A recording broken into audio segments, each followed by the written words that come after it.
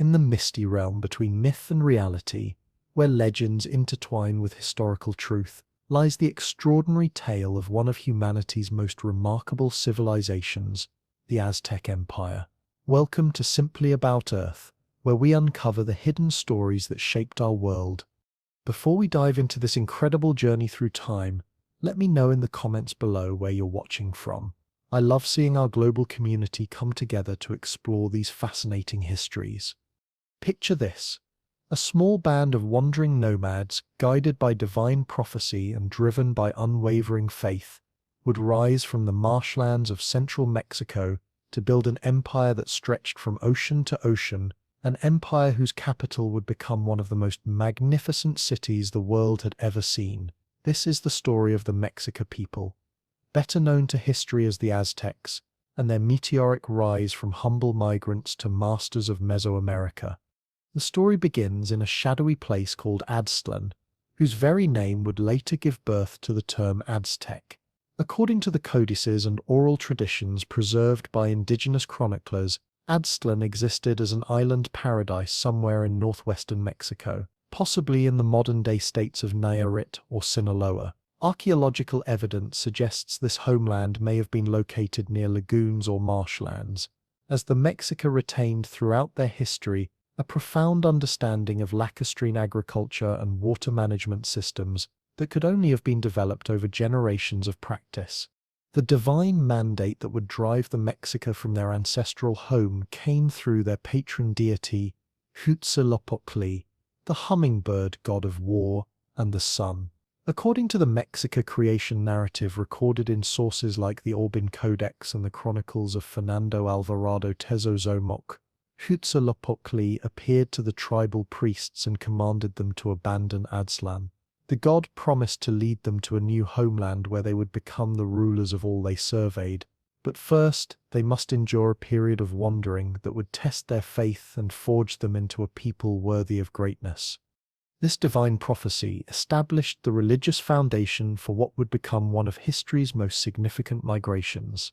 The Mexica understood their journey not merely as a search for better lands, but as a sacred quest ordained by their gods.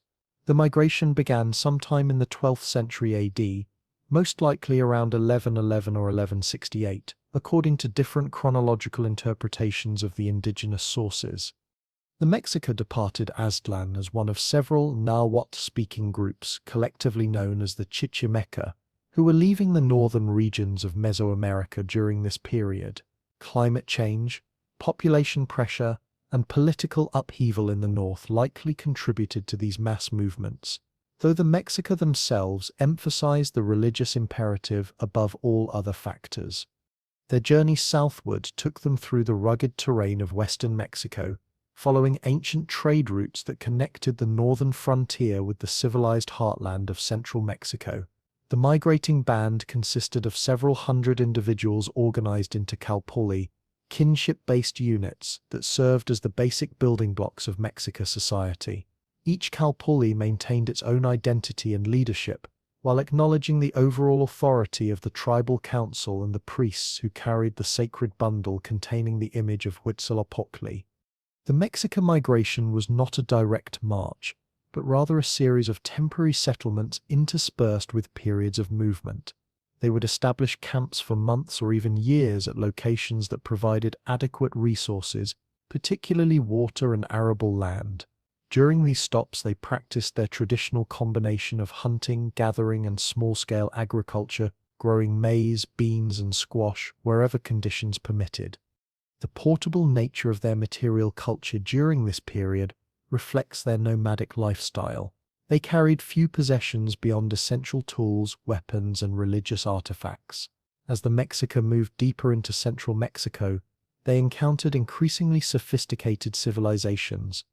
The Valley of Mexico in the 13th and 14th centuries was dominated by several powerful city-states, including Culhuacan, Azcapotzalco, Xaltocan, Texcoco. These urban centers controlled extensive territories and commanded the loyalty of numerous smaller settlements.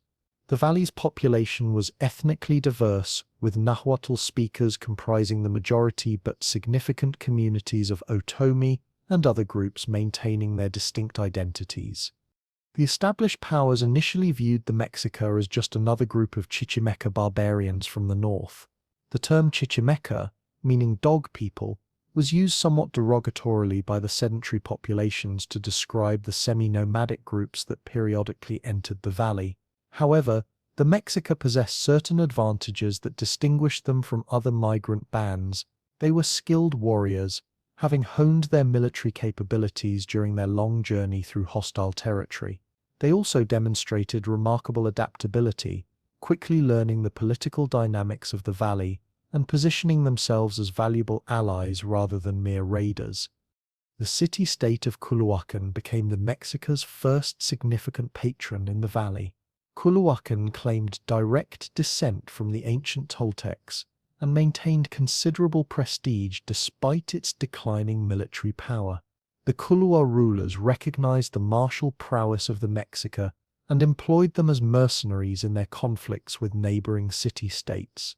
This arrangement provided the Mexica with their first stable base in the valley, while allowing them to gain intimate knowledge of local warfare, politics, and culture. During their service to Culhuacan, the Mexica demonstrated their effectiveness in several military campaigns. They fought against the Los Xochimilco, inhabitants of the Chinampas in the southern part of Lake Xochimilco, and proved themselves capable of adapting their fighting techniques to the unique environment of the valley's lake system. The Mexica warriors learned to use canoes effectively in combat and developed tactics for fighting in the marshy terrain that surrounded the lakes. The relationship between the Mexica and Culhuacan eventually soured due to cultural and political tensions. The Mexica maintained religious practices that the more sophisticated Culhua found barbaric, including forms of human sacrifice that exceeded even the norms of Mesoamerican ritual violence. Additionally, the Mexica's growing confidence and assertiveness began to concern their patrons, who recognized that their mercenaries might eventually become competitors rather than subordinates. Following their departure from Culhuacan, the Mexica sought employment with Azcapotzalco, the most powerful city-state in the Western Valley. The Tepanec rulers of Azcapotzalco controlled extensive tribute networks and commanded the largest military forces in the region. They welcomed the Mexica as auxiliary troops, particularly valuing their skills in long-distance warfare and their willingness to undertake dangerous missions that established warriors might avoid. Under Tepanec patronage, the Mexica participated in campaigns throughout the valley and beyond. They fought against the city-states of Texcoco across the lake, helped suppress rebellions in tributary communities, and served as shock troops in major battles. These military experiences provided the Mexica with comprehensive knowledge of the valley's geography, resources, and political weaknesses. They learned which communities were prosperous, which trade routes were most valuable, and which alliances were fragile enough to be exploited. The Mexica's reputation as fierce warriors grew during this period, but they remained fundamentally dependent on their patrons for land and resources. They lived in temporary settlements on the margins of established territories, always subject to displacement if their services were no longer required. This precarious situation motivated their leaders to seek a permanent homeland where they could establish their own city-state and control their own destiny. The divine sign that would end their wandering came in the form of a vision that fulfilled Huitzilopochtli's ancient prophecy. According to Mexica tradition, their priests received a revelation directing them to seek a specific location where they would witness an eagle perched on a nopal cactus, devouring a serpent. This image, which would later become the central symbol of Mexican national identity, represented the cosmic balance between opposing forces and the triumph of the solar deity over the powers of the earth. The search for this prophetic sign led the Mexica to the marshy islands and reeds of Lake Texcoco in the heart of the valley. The lake system was already densely populated around its shores, but the small islands and swampy areas in the interior remained largely unused by the established city-states. These wetlands were considered marginal lands, suitable perhaps for hunting waterfowl or gathering reeds, but hardly the foundation for a major settlement. When the Mexica scouts finally located the prophetic eagle on a small island in the lake, the practical challenges of establishing a settlement there must have seemed overwhelming. The island was barely above water level during the rainy season, lacked fresh water sources, and provided no natural building materials beyond mud and reeds. However, the religious significance of the site outweighed all practical considerations. The priests declared that Huitzilopochtli had chosen this place as the center of their future empire, and the people accepted this divine judgment without question. The initial settlement on the island was modest in the extreme. The first structures were simple huts built on raised platforms to protect them from seasonal flooding. The Mexica constructed these early buildings using techniques learned during their nomadic period, weaving walls from reeds and covering them with mud plaster. The roofs were thatched with lake grasses, and the floors were made of packed earth mixed with crushed shells and pottery shards to provide drainage. Fresh water presented an immediate and ongoing challenge. The lake water was brackish and unsuitable for drinking, forcing the settlers to develop ingenious solutions. They dug shallow wells that tapped into underground freshwater springs, and they constructed elaborate systems of channels and reservoirs to collect and store rainwater. The management of water resources became a central preoccupation that would later evolve into the sophisticated hydraulic engineering for which the Aztec capital would become famous. Food production on the island required the development of entirely new agricultural techniques. The Mexica could not simply transplant their traditional farming methods to this aquatic environment. Instead, they began experimenting with chinampas, artificial islands created by piling up mud, lake sediment, and organic matter in shallow areas of the lake.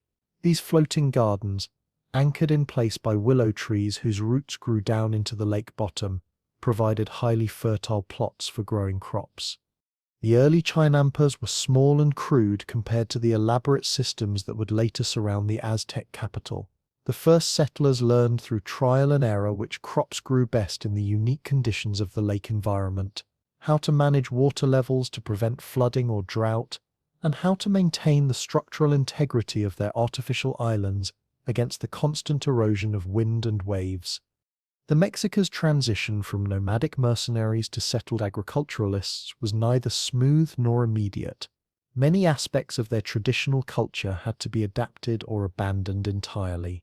The portable material culture of their wandering years gave way to more substantial possessions that reflected their permanent settlement. They began producing larger quantities of pottery, developing new styles that reflected their unique environment and experiences. The social organization of the community also evolved during this period.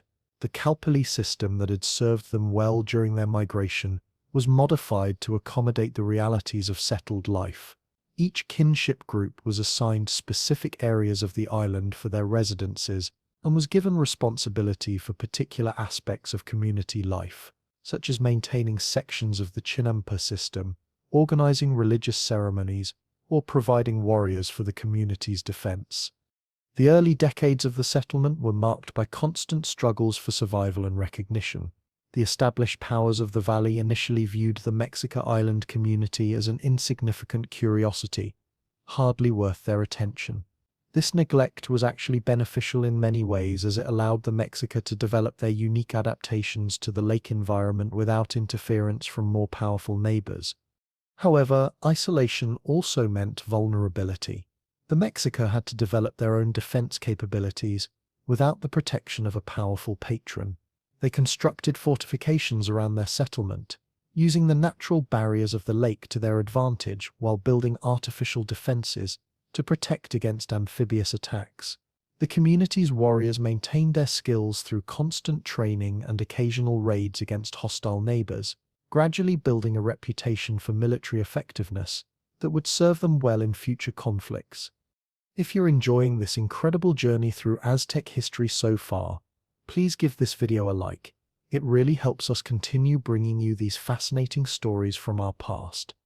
The religious life of the community centered around the worship of Huitzilopochtli, whose guidance had brought them to their new home. The first temple on the island was a modest structure, but it served as the focal point for the elaborate ceremonies that reinforced community identity and divine favor.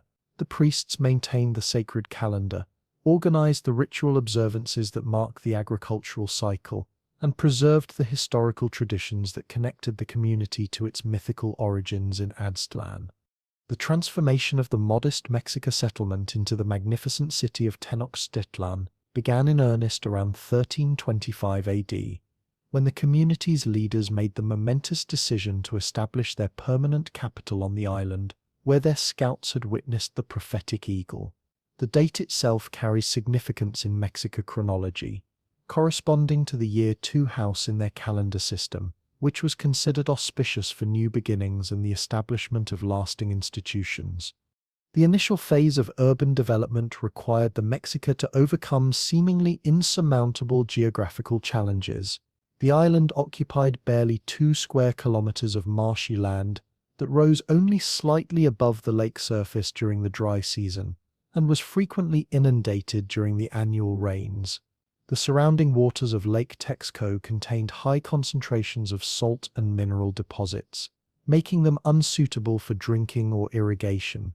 The nearest sources of building stone lay dozens of kilometers away on the valley's rim, accessible only by canoe transport across open water that could become treacherous during storms.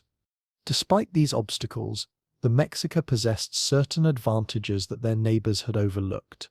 Their decades of migration had taught them to adapt quickly to new environments and to extract maximum benefit from marginal resources.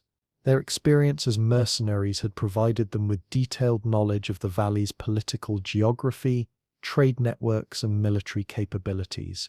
Most importantly, their religious conviction that Huitzilopochtli had chosen this site gave them the determination to persist through the inevitable hardships of the early settlement period. The expansion of Tenochtitlan beyond its original boundaries required the systematic development of Chinampas, the artificial island agricultural system that would become one of the most sophisticated farming innovations in human history. The early Chinampas built during the settlement's first decades were crude affairs, consisting of rectangular plots measuring roughly 30 by 2.5 meters, created by piling lake mud and organic debris within frameworks of woven reeds. The Mexica learned through experimentation that the key to successful Chinampa construction lay in achieving the proper balance of materials and drainage. The foundation of each Chinampa began with the careful selection of a suitable location in the shallow areas of the lake, where the water depth ranged from 1 to 3 meters. Workers would drive stakes made from a huge oat willow wood into the lake bottom to mark the boundaries of the planned plot. Between these stakes they wove walls of reeds and marsh grasses, creating a rectangular enclosure that would contain the fill material. The bottom layer consisted of thick mats of aquatic vegetation, particularly the abundant water hyacinth that grew throughout the lake system.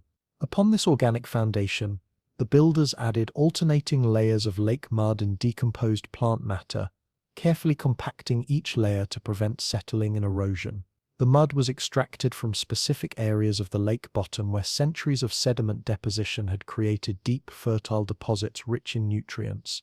Teams of workers using wooden scoops and baskets would dive repeatedly to bring up this precious material, a backbreaking process that required exceptional physical endurance and swimming ability. The most crucial aspect of Chinampa construction involved the planting of ahojote willows along the perimeter of each artificial island. These fast-growing trees served multiple functions. Their extensive root systems anchored the Chinampas against erosion and wave action. Their branches provided materials for tools and construction, and their foliage created windbreaks that protected crops from the strong winds that swept across the open lake. The willows were planted as cuttings in the freshly constructed Chinampas, and within 2 to 3 years they had developed sufficient root mass to stabilize the artificial islands permanently. The agricultural potential of the Chinampa system exceeded even the most optimistic expectations of its creators. The combination of rich lake sediments, constant moisture, and protection from frost created growing conditions that supported multiple harvests per year. Maize, the staple crop of Mesoamerican civilization, thrived in the Chinampa environment, producing yields that were 3 to 4 times higher than those achieved on traditional dryland farms. Beans and squash, The other components of the classic Mesoamerican agricultural trinity grew equally well in the artificial islands. The Mexica also discovered that chinampas were ideally suited for growing specialty crops that commanded high prices in regional markets. Tomatoes, chili peppers, and various flowering plants flourished in the controlled environment of the floating gardens. The flowers were particularly important for religious ceremonies and were in constant demand throughout the valley. Amaranth, a highly nutritious grain that could be processed into ceremonial sculptures, became another valuable chinampa crop that helped establish Tenochtitlan's reputation as a center of religious innovation. The success of the chinampa system enabled rapid population growth in the early decades of Tenochtitlan's existence. Families that had struggled to feed themselves during the nomadic period now found themselves producing agricultural surpluses that could be traded for manufactured goods, raw materials, and luxury items. The increased food security attracted additional settlers, including skilled craftsmen and specialists who recognized the economic opportunities offered by the growing community. Simultaneously with the development of Tenochtitlan, another Mexica settlement was taking shape on a nearby island in Lake Texcoco. Telotco, whose name means place of the round earth mound, was founded by a related group of Mexica who had separated from the main body during the final phase of the migration. According to the indigenous chronicles, this division occurred as a result of internal disputes over leadership and religious practices. Though the exact nature of these disagreements remains unclear from the surviving sources, the founders of Telotco established their settlement approximately 3 kilometers north of Tenochtitlan on an island that offered certain advantages over the site chosen by their kinsmen. Telotco's island was slightly larger and higher above the water level, providing more space for initial construction and better protection against seasonal flooding. The surrounding waters were also somewhat less saline, making the development of freshwater sources easier to achieve. Despite their political separation, the inhabitants of Tenochtitlan and Tlatelolco maintained close cultural and economic ties. Both communities spoke the same dialect of Nahuatl, worshipped the same pantheon of deities, and shared virtually identical social institutions. Intermarriage between the two settlements was common, creating kinship networks that transcended political boundaries. The proximity of the two islands facilitated constant communication and cooperation in matters of mutual interest, particularly defense against external threats and the management of shared resources in the lake environment. The economic relationship between Tenochtitlan and Tlatelolco developed along complementary lines that reflected the different strengths and priorities of each community. Tenochtitlan's leaders focused primarily on military expansion and political alliance building, activities that required significant investments in weapons, warrior training, and diplomatic gifts. Tlatelolco's rulers, by contrast, concentrated on developing their settlement as a commercial center that could serve the growing trade networks of the valley. Tlatelolco's strategic location made it an ideal hub for merchants traveling between the various city-states around Lake Texcoco. The settlement's harbors could accommodate the large cargo canoes that transported bulk goods across the lake, while its markets provided secure venues for the exchange of valuable merchandise.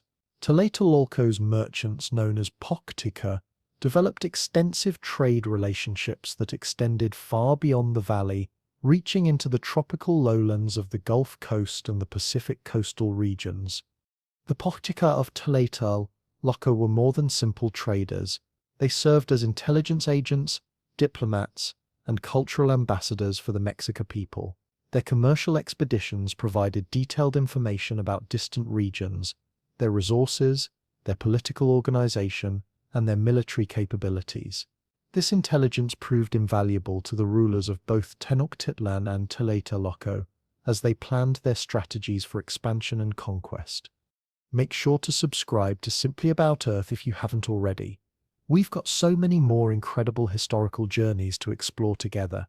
The growing prosperity of both settlements created the need for improved transportation infrastructure. The original inhabitants had relied on simple dugout canoes for movement between their islands and the mainland, but the increasing volume of people and goods required more sophisticated solutions. The construction of causeways connecting the island settlements to the mainland became one of the most ambitious engineering projects of the early period. The first causeway linked Tenochtitlan to the western shore of the lake, providing direct access to the territories controlled by Azcapotzalco, the Mexica's Tepanec patrons. This causeway stretched approximately 8 kilometers across the shallow waters of the lake, requiring the construction of thousands of wooden pilings to support the roadway. The pilings were driven deep into the lake bottom using wooden hammers operated by teams of workers standing on floating platforms. Once the pilings were in place, horizontal beams were lashed to them with rope made from magui fibers, creating a framework that could support the weight of the roadway. The roadway itself consisted of a thick layer of stones and packed earth raised approximately 1 meter above the normal water level to prevent flooding during storms. At regular intervals, the causeway was interrupted by removable wooden bridges that could be withdrawn in case of attack, transforming the roadway into a defensive barrier that would trap enemies on the islands. These bridges also allowed canoe traffic to pass beneath the causeway, maintaining the free flow of commerce that was essential to the lake's economy. The construction of the Western Causeway required unprecedented cooperation between Tenochtitlan and its neighbors. The Tepanec rulers of Azcapotzalco provided much of the stone and timber needed for the project, while tributary communities supplied the massive labor force required for the construction work. The project took several years to complete, and represented a significant investment of resources by all parties involved. Additional causeways followed in subsequent decades, connecting Tenochtitlan to the northern and southern shores of the lake. Each causeway incorporated lessons learned from previous construction projects, resulting in increasingly sophisticated engineering solutions. The northern causeway featured a more elaborate system of bridges and included raised sections that provided panoramic views of the surrounding lake system. The southern causeway incorporated a sophisticated aqueduct that brought fresh water from springs on the mainland to the growing population of the island city. The development of the causeway system transformed Tenochtitlan from an isolated island settlement into the hub of a regional transportation network. Merchants, pilgrims, and officials from throughout the valley could now reach the Mexica capital directly without the delays and risks associated with water transport. The increased accessibility attracted additional settlers and stimulated economic growth that funded further urban development projects. Parallel to the construction of the causeways, Mexica engineers developed an intricate system of canals that served multiple functions within the growing city. The primary canals followed the natural contours of the island, providing navigable waterways that allowed cargo canoes to reach markets and residential areas throughout the settlement. Secondary canals served as drainage channels that carried away excess water during the rainy season, preventing the flooding that had plagued the early settlement. The canal system also incorporated sophisticated hydraulic features that regulated water levels throughout the city. Wooden sluice gates controlled the flow of water between different sections of the canal network, allowing engineers to direct water where it was needed most urgently. During dry periods, the gates could be adjusted to conserve water in residential areas and chinampa zones. During floods, the same gates could be opened to channel excess water safely out of the city. The urban planning of Tenochtitlan reflected a careful balance between practical necessity and religious symbolism. The city was organized around a central ceremonial precinct that housed the most important temples and government buildings. This sacred center was aligned with the cardinal directions according to Mesoamerican cosmological principles, with the main temple pyramid facing west toward the setting sun. The ceremonial precinct was surrounded by concentric zones of residential neighborhoods, markets, and specialized craft workshops, each with its own internal organization and leadership structure. The residential areas were organized according to the traditional Calpulli system, with each kinship group occupying a distinct neighborhood that included houses, gardens, and small temples dedicated to the group's patron deities. The houses themselves were built using techniques adapted to the unique environment of the lake city. The foundations consisted of wooden platforms raised above the normal water level and anchored to pilings driven into the island's substrate. The walls were constructed using a combination of stone, adobe bricks, and wooden frames, depending on the availability of materials and the wealth of the occupants. The establishment of formal political institutions accompanied the physical development of Tenochtitlan. The position of Huey Tlatoani, or Great Speaker, emerged as the supreme authority in the growing city-state. The first individual to hold this title was Tenoch, the legendary leader whose name became incorporated into the city's official designation as Tenochtitlan, meaning place of Tenoch. Historical sources provide limited information about Tenoch's actual reign, but later traditions credited him with establishing many of the fundamental institutions that would govern Mexican society for centuries. The Huey Tlatoani served as both secular ruler and high priest, embodying the unity of political and religious authority that characterized Mesoamerican kingship. The ruler's responsibilities included leading the community in warfare, overseeing the distribution of land and resources, conducting the most important religious ceremonies, and serving as the final arbiter in legal disputes. The position was theoretically elective, with the ruler chosen by a council of nobles from among the eligible members of the royal lineage, though in practice the succession often followed hereditary patterns. Supporting the Huey Tlatoani was a complex bureaucracy that managed the various aspects of city administration. The Siwakotl, or woman serpent, served as the ruler's principal deputy and handled many of the day-to-day administrative responsibilities. Military affairs were overseen by specialized war leaders who commanded the various warrior societies that formed the backbone of Mexican military power. Religious activities were coordinated by a hierarchy of priests who maintained the elaborate ceremonial calendar and conducted the rituals essential to the community's spiritual well-being. The codification of Mexican religious practices during this period established the theological foundation for the empire that would eventually emerge. The pantheon of deities worshipped in Tenochtitlan reflected the community's diverse cultural heritage, incorporating elements from their nomadic traditions, their experiences as mercenaries, and their interactions with the sophisticated civilizations of central Mexico. Huitzilopochtli remained the paramount deity, but he was joined by numerous other gods and goddesses who governed specific aspects of life in the lake city. The religious calendar that governed ritual activities in Tenochtitlan was based on the complex interaction of two separate counting systems, the 260-day tonal poholi, or sacred calendar, and the 365-day suapoholi, or solar calendar. The combination of these two calendars created a 52-year cycle that served as the fundamental unit for measuring longer periods of time. The completion of each 52-year cycle was marked by elaborate ceremonies that included the ritual destruction of household goods and the rekindling of sacred fires throughout the city.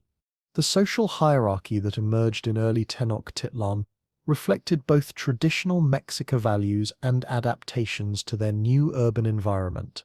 At the apex of society stood the Pipiltin, the noble class that included the royal family, high-ranking warriors, and senior priests.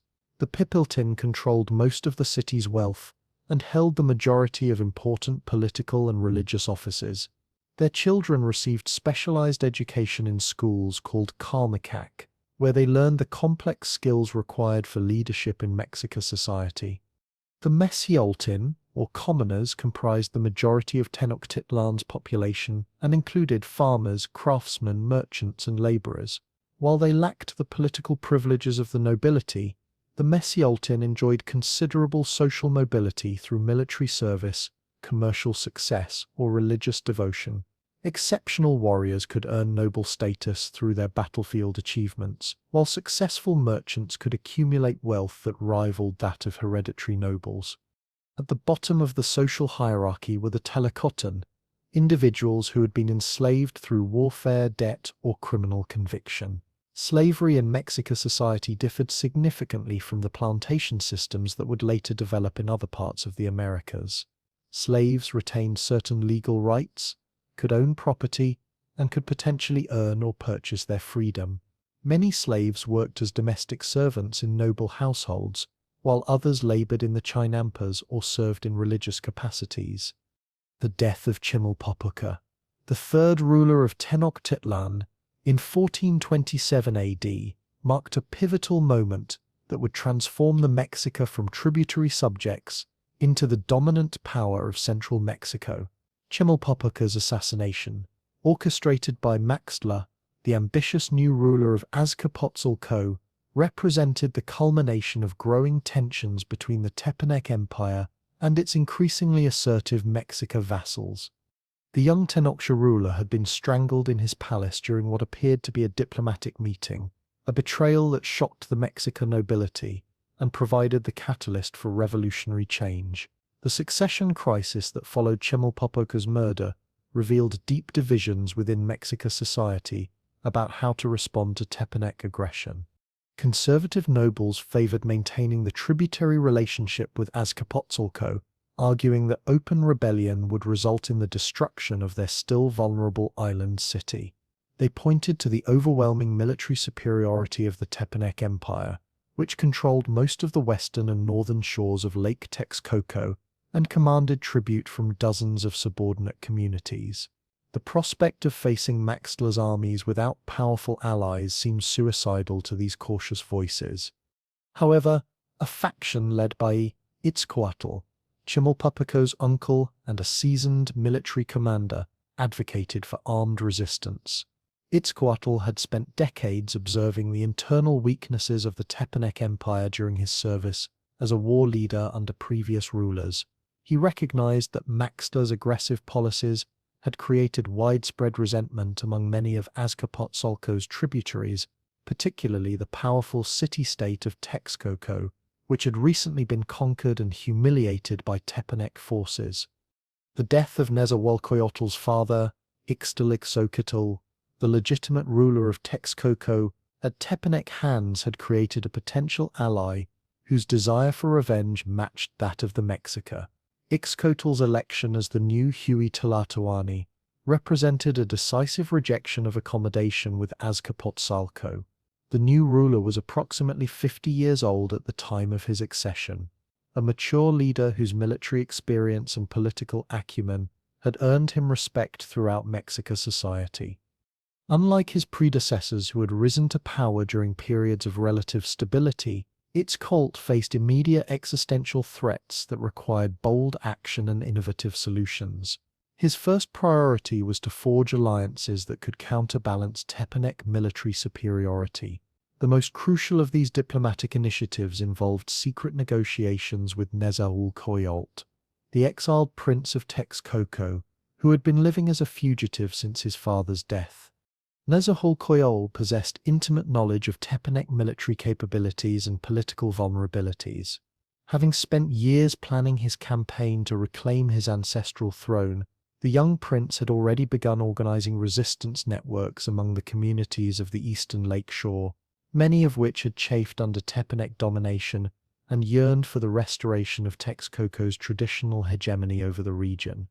The alliance between Itzcoatl and Nezahualcoyotl was formalized through a series of clandestine meetings held on small islands in the northern part of Lake Texcoco. These negotiations required extraordinary secrecy, as Maxtla had placed substantial bounties on both leaders and maintained an extensive network of spies throughout the valley. The two rulers communicated through trusted intermediaries who used coded messages and traveled by night in unmarked canoes to avoid detection by Tepanec patrols. The third member of what would become the Triple Alliance was Totoquihuasetli, the ruler of Tlacopan, a smaller city-state located on the western shore of the lake. Tlacopan's inclusion in the alliance reflected both strategic necessity and political calculation. The city controlled important trade routes between the valley and the regions to the west, and its cooperation was essential for maintaining supply lines during the anticipated conflict with Azcapotzalco. Additionally, Totoquihuasetli commanded significant military forces and possessed detailed knowledge of Tepanec defensive preparations, having served as one of Maxtla's subordinate commanders before secretly defecting to the rebel cause. The formal establishment of the Triple Alliance, known in Nahuatl as the Excantelatoloyan or Three Speakers, occurred in 1428 AD through elaborate ceremonies that invoked ancient Mesoamerican traditions of confederation. The three rulers met at a neutral location on the lake and participated in ritual bloodletting that symbolically bound their lineages together in perpetual alliance. Each leader contributed drops of blood to a sacred fire, while priests chanted invocations to the gods, requesting divine approval for their confederation. The terms of the alliance were carefully negotiated to reflect the relative contributions and capabilities of each partner. Tenochtitlan, as the initiator of the rebellion and the largest contributor of military forces, was accorded the dominant position within the confederation. The Mexica ruler would serve as the supreme military commander during joint campaigns and would receive the largest share of tribute from conquered territories. Texcoco, in recognition of Nezahualcóyotl's political legitimacy and administrative expertise, was granted authority over the eastern regions of the valley and responsibility for managing the alliance's legal and bureaucratic affairs. Tlacopan, though the smallest of the three partners, received control over western territories and a guaranteed portion of tribute revenues. The division of tribute within the alliance followed a carefully calculated formula that would persist throughout the empire's existence.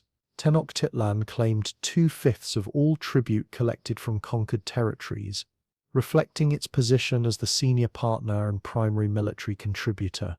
Texcoco received 2/5 as well, acknowledging its crucial role in the alliance and its control over the populous eastern regions.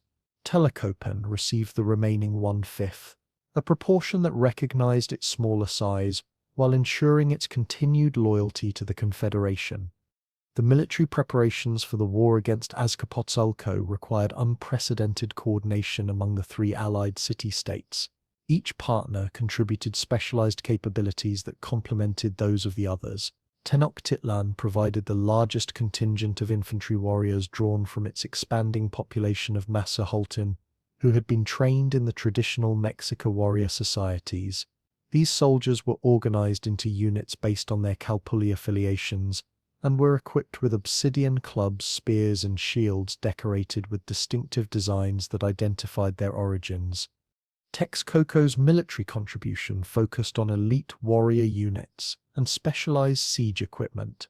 Nezahualcóyotl had spent his years in exile studying the military innovations of various Mesoamerican cultures, and he introduced new tactical concepts that enhanced the alliance's effectiveness. Texcocan engineers constructed portable bridges that allowed rapid river crossings and developed new types of projectile weapons that could breach the wooden palisades protecting Tepanec strongholds. Tlacopan's forces were particularly valuable for their knowledge of local terrain and their expertise in amphibious operations. The city's warriors were skilled in the use of war canoes and could conduct coordinated attacks on lakefront positions that were inaccessible to conventional infantry forces. They also provided crucial intelligence about Tepanec defensive preparations and supply routes, having maintained extensive contacts within Azcapotzalco's military hierarchy. The role of Tlacael, Itzcoatl's nephew and principal advisor, proved crucial in transforming these military preparations into a comprehensive strategy for imperial expansion. Tlacael held the position of Siricocotl, which made him the second-ranking official in the Mexica government and Itzcoatl's designated successor in administrative matters. Unlike previous holders of this office who had focused primarily on internal governance, Tlacael envisioned a radical restructuring of Mexica society to support sustained military expansion and imperial administration. Tlacael's reforms began with the reorganization of Mexica military institutions to create a more professional and effective fighting force. The traditional warrior societies, which had been primarily social and religious organizations, were transformed into disciplined military units with standardized training, equipment, and command structures. Young men were required to undergo rigorous physical conditioning and combat training from an early age, with advancement through the warrior hierarchy dependent on demonstrated battlefield prowess. The most significant of Tlacael's military innovations was the institutionalization of the Flowery Wars, ritualized conflicts designed to provide opportunities for warriors to capture enemies for sacrifice while avoiding the complete destruction of potential tributary states. These carefully regulated battles served multiple purposes. They maintained the fighting skills of Mexica warriors during peacetime, provided a steady supply of sacrificial victims for religious ceremonies, and demonstrated Mexican military superiority to potential enemies without the costs associated with total warfare. Religious reforms accompanied these military changes as Tlacael sought to create an ideological foundation for Mexican imperial ambitions. The cult of Huitzilopochtli was elevated above all other deities in the Mexica pantheon, with the war god portrayed as the divine patron of imperial expansion. New myths were created or existing stories were modified to emphasize Huitzilopochtli's role as the champion of the Mexica people and the divine source of their authority over other nations. The practice of human sacrifice was systematized and expanded under Tlacael's direction, becoming a central element of state policy rather than merely a religious observance. Large-scale sacrificial ceremonies were organized to coincide with major military campaigns, with hundreds of captive warriors offered to the gods to ensure divine favor for Mexica armies. These spectacular rituals served important political functions, demonstrating Mexica power to allies and enemies while reinforcing the religious obligations that bound conquered peoples to their new overlords. The administrative framework that would govern the expanding empire was established during the preparations for the Tepanec War. Tlacael created new governmental positions to handle the complexities of ruling multiple city-states and managing tribute collection from distant territories. Professional administrators drawn from the ranks of the nobility and trained in specialized schools were assigned to oversee conquered regions and ensure compliance with imperial directives. The tribute system itself was standardized according to principles that balanced imperial needs with local capabilities. Each conquered territory was assessed based on its population, agricultural productivity, and access to valuable resources. Tribute obligations were carefully calculated to extract maximum value without destroying local economies or provoking rebellions. Communities that produced agricultural surpluses were required to deliver specified quantities of maize, beans, and other foodstuffs. Regions with access to luxury goods such as cacao, precious stones, or exotic feathers were obligated to provide these materials for imperial use. The collection of tribute was organized through a hierarchical system of local officials who reported to imperial administrators. Native rulers who submitted peacefully were often allowed to retain their positions as tributary lords, responsible for gathering the required goods and delivering them to imperial collection centers. This system of indirect rule minimized the administrative burden on the imperial government while maintaining local stability and legitimacy. The war against Azcapotzalco began in earnest during the dry season of 1428, when the Allied forces launched coordinated attacks against Tepanec's strongholds throughout the Western Valley. The initial phase of the campaign focused on isolating Azcapotzalco from its tributary allies by capturing strategic towns that controlled key transportation routes. Mexica forces supported by Texcocan siege specialists systematically reduced Tepanec outposts, while Tlacopanec warriors disrupted enemy supply lines through amphibious raids. The siege of Azcapotzalco itself lasted for several months and demonstrated the effectiveness of the alliance's coordinated strategy. Mexica infantry surrounded the city's landward approaches, while Texcocan engineers constructed siege works that prevented relief forces from reaching the defenders. Tlacopanec canoes controlled the lake approaches, intercepting supply convoys and preventing the evacuation of Tepanec leadership. Maxtla's death during the final assault on Azcapotzalco marked the end of Tepanec dominance in the Valley of Mexico.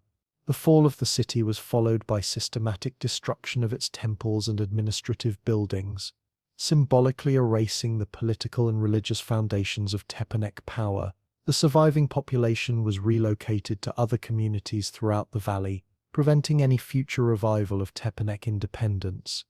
The victory over Azcapotzalco transformed the political landscape of central Mexico and established the Triple Alliance as the dominant power in the region. The wealth captured during the conquest funded massive construction projects in all three allied cities, including the expansion of Tenochtitlan's ceremonial center and the construction of new palaces for the victorious rulers. More importantly, the success of the rebellion demonstrated the effectiveness of the alliance's military and administrative innovations, providing a template for future conquests throughout Mesoamerica. The tribute extracted from former Tepanec territories provided the economic foundation for imperial expansion. The Allied rulers used these resources to maintain larger armies, support specialized craftsmen who produced luxury goods for diplomatic gifts, and fund the administrative apparatus necessary to govern distant provinces. The wealth also enabled significant improvements in agricultural productivity through the expansion of irrigation systems and the construction of additional chinampas in the lake system. The consolidation of Triple Alliance power following the defeat of Azcapotzalco created unprecedented opportunities for territorial expansion that the Mexica rulers were quick to exploit. The tribute flowing from former Tepanec territories provided the economic resources necessary to maintain professional armies, while the alliance's demonstrated military effectiveness attracted additional city-states seeking protection or partnership.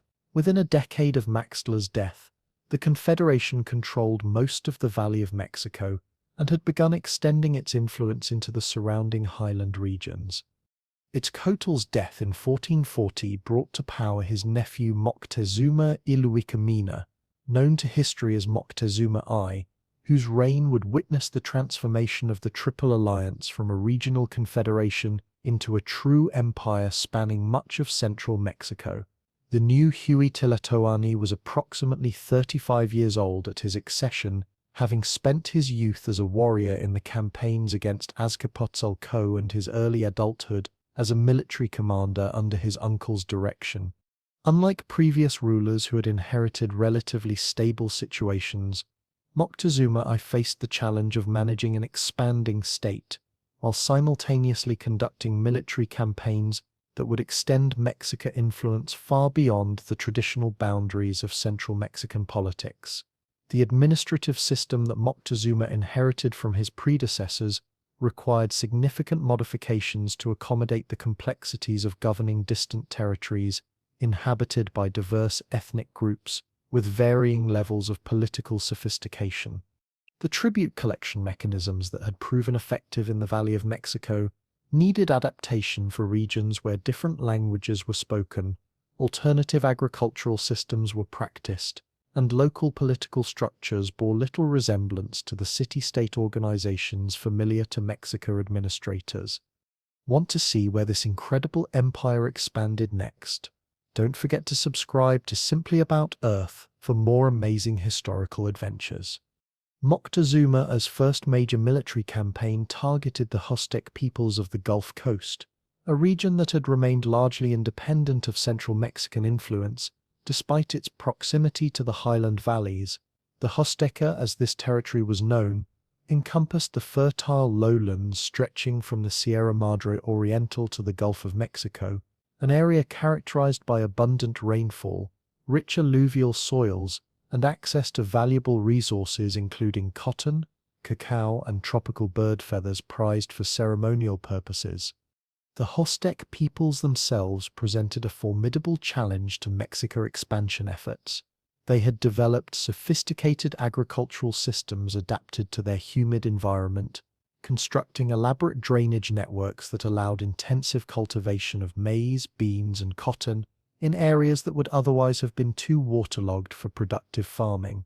Their settlements were typically built on elevated platforms that provided protection from seasonal flooding while facilitating trade along the numerous rivers that crossed the coastal plain. Aztec military organization differed significantly from the warrior society systems familiar to the Mexica, rather than the hierarchical structures based on individual combat prowess that characterized highland armies. Aztec forces emphasized collective tactics and the coordinated use of projectile weapons. Their warriors were skilled archers who employed powerful composite bows capable of penetrating the cotton armor typically worn by Mesoamerican soldiers. They also made extensive use of poisoned arrows and darts, weapons that were considered dishonorable by Highland standards but proved devastatingly effective in the dense vegetation of the coastal lowlands. The logistical challenges of conducting military operations in the Azteca required innovative solutions from Mexica planners.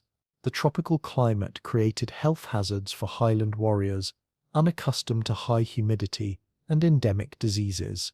The dense forest cover made traditional infantry formations ineffective, while the numerous rivers and swamps hindered the movement of large armies. Supply lines stretching hundreds of kilometers from the highland valleys were vulnerable to interdiction by hostile forces familiar with local terrain. Moctezuma I addressed these challenges through a combination of diplomatic preparation and tactical adaptation. Advance agents were sent into Aztec territory months before the main military expedition, establishing relationships with local leaders who might be persuaded to support Mexican objectives in exchange for favorable treatment under the new imperial administration.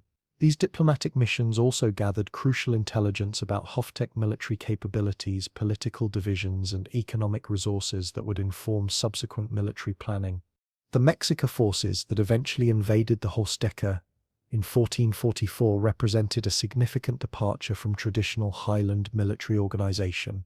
Rather than the massive armies that had proven effective in the Valley of Mexico, Moctezuma I deployed smaller, more mobile units capable of operating effectively in the difficult terrain of the coastal lowlands. These expeditionary forces included specialists trained in jungle warfare, engineers capable of constructing temporary bridges across rivers and swamps, and medical personnel familiar with tropical diseases and their treatment. The campaign itself unfolded over several years as Mexican forces systematically reduced Aztec strongholds while establishing permanent garrisons to secure their conquests. The process required careful attention to local political dynamics, as the Azteca was not a unified state, but rather a collection of independent communities with complex relationships of alliance and rivalry. Mexican commanders learned to exploit these divisions, supporting local leaders who were willing to acknowledge imperial authority while isolating and destroying those who insisted on continued independence. The conquest of the Azteca provided the Mexican Empire with access to resources that were unavailable in the highland regions. Cotton grown in the coastal lowlands became a crucial component of the imperial tribute system, as this fiber was essential for producing the textiles that served as both trade goods and diplomatic gifts. The region's cacao production supplied the beans that were used as currency throughout Mesoamerica, while exotic bird feathers from the tropical forests adorned the ceremonial costumes of nobles and priests in Tenochtitlan. The establishment of imperial administration in the Azteca required the creation of new governmental institutions adapted to the unique characteristics of the region. Rather than attempting to impose highland political structures on coastal communities, Mexican administrators developed hybrid systems that incorporated local traditions while ensuring imperial control. Native rulers who submitted to Mexican authority were allowed to retain their positions as tributary lords, responsible for collecting tribute and maintaining order within their territories. The tribute obligations imposed on Aztec communities reflected both imperial needs and local capabilities. Agricultural regions were required to deliver specified quantities of cotton, maize, and other foodstuffs, while communities with access to specialized resources, such as amber, tropical hardwoods, or medicinal plants, were obligated to provide these materials for imperial use. The tribute assessments were carefully calculated to extract maximum value without destroying local economies or provoking rebellions that would require costly military interventions. The success of the Aztec campaigns established a template for imperial expansion that would be employed throughout Moctezuma I's reign. The combination of diplomatic preparation, tactical adaptation, and administrative flexibility proved effective in regions with diverse environmental and cultural characteristics. The wealth extracted from conquered territories funded further military expeditions, while the administrative experience gained in governing distant provinces enhanced the empire's capacity for continued expansion. Following the consolidation of Mexican control over the Huasteca, Moctezuma I turned his attention to the southern regions of the empire, targeting the Mixtec and Zapotec peoples of Oaxaca. This mountainous region presented different challenges from the coastal lowlands, as the terrain was characterized by deep valleys, separated by rugged highlands, that made military movement difficult and communication between scattered settlements problematic. The political organization of Oaxaca differed significantly from both the city-state systems of central Mexico and the village-based societies of the Huasteca. The Mixtec peoples had developed complex kingdoms centered around fortified hilltop cities that controlled surrounding agricultural valleys. These kingdoms were ruled by hereditary nobles who claimed divine ancestry and maintained elaborate court systems that rivaled those of the major powers in central Mexico. The Zapotec civilization, centered around the ancient city of Monte Alban, possessed even more sophisticated political institutions and had maintained its independence for centuries through a combination of military prowess and diplomatic skill. The conquest of Oaxaca required a different approach from the rapid campaigns that had proven successful in other regions. The mountainous terrain favored defensive warfare, allowing relatively small forces to hold strategic passes against much larger armies. The scattered nature of population centers meant that conquering individual communities did not necessarily provide control over surrounding territories, as other settlements could continue resistance from their own fortified positions. Moctezuma's strategy for conquering Oaxaca emphasized the systematic reduction of enemy strongholds through prolonged siege warfare. Mexican engineers developed new techniques for conducting operations in mountainous terrain, including portable siege equipment that could be disassembled for transport through narrow mountain passes and reassembled at target locations.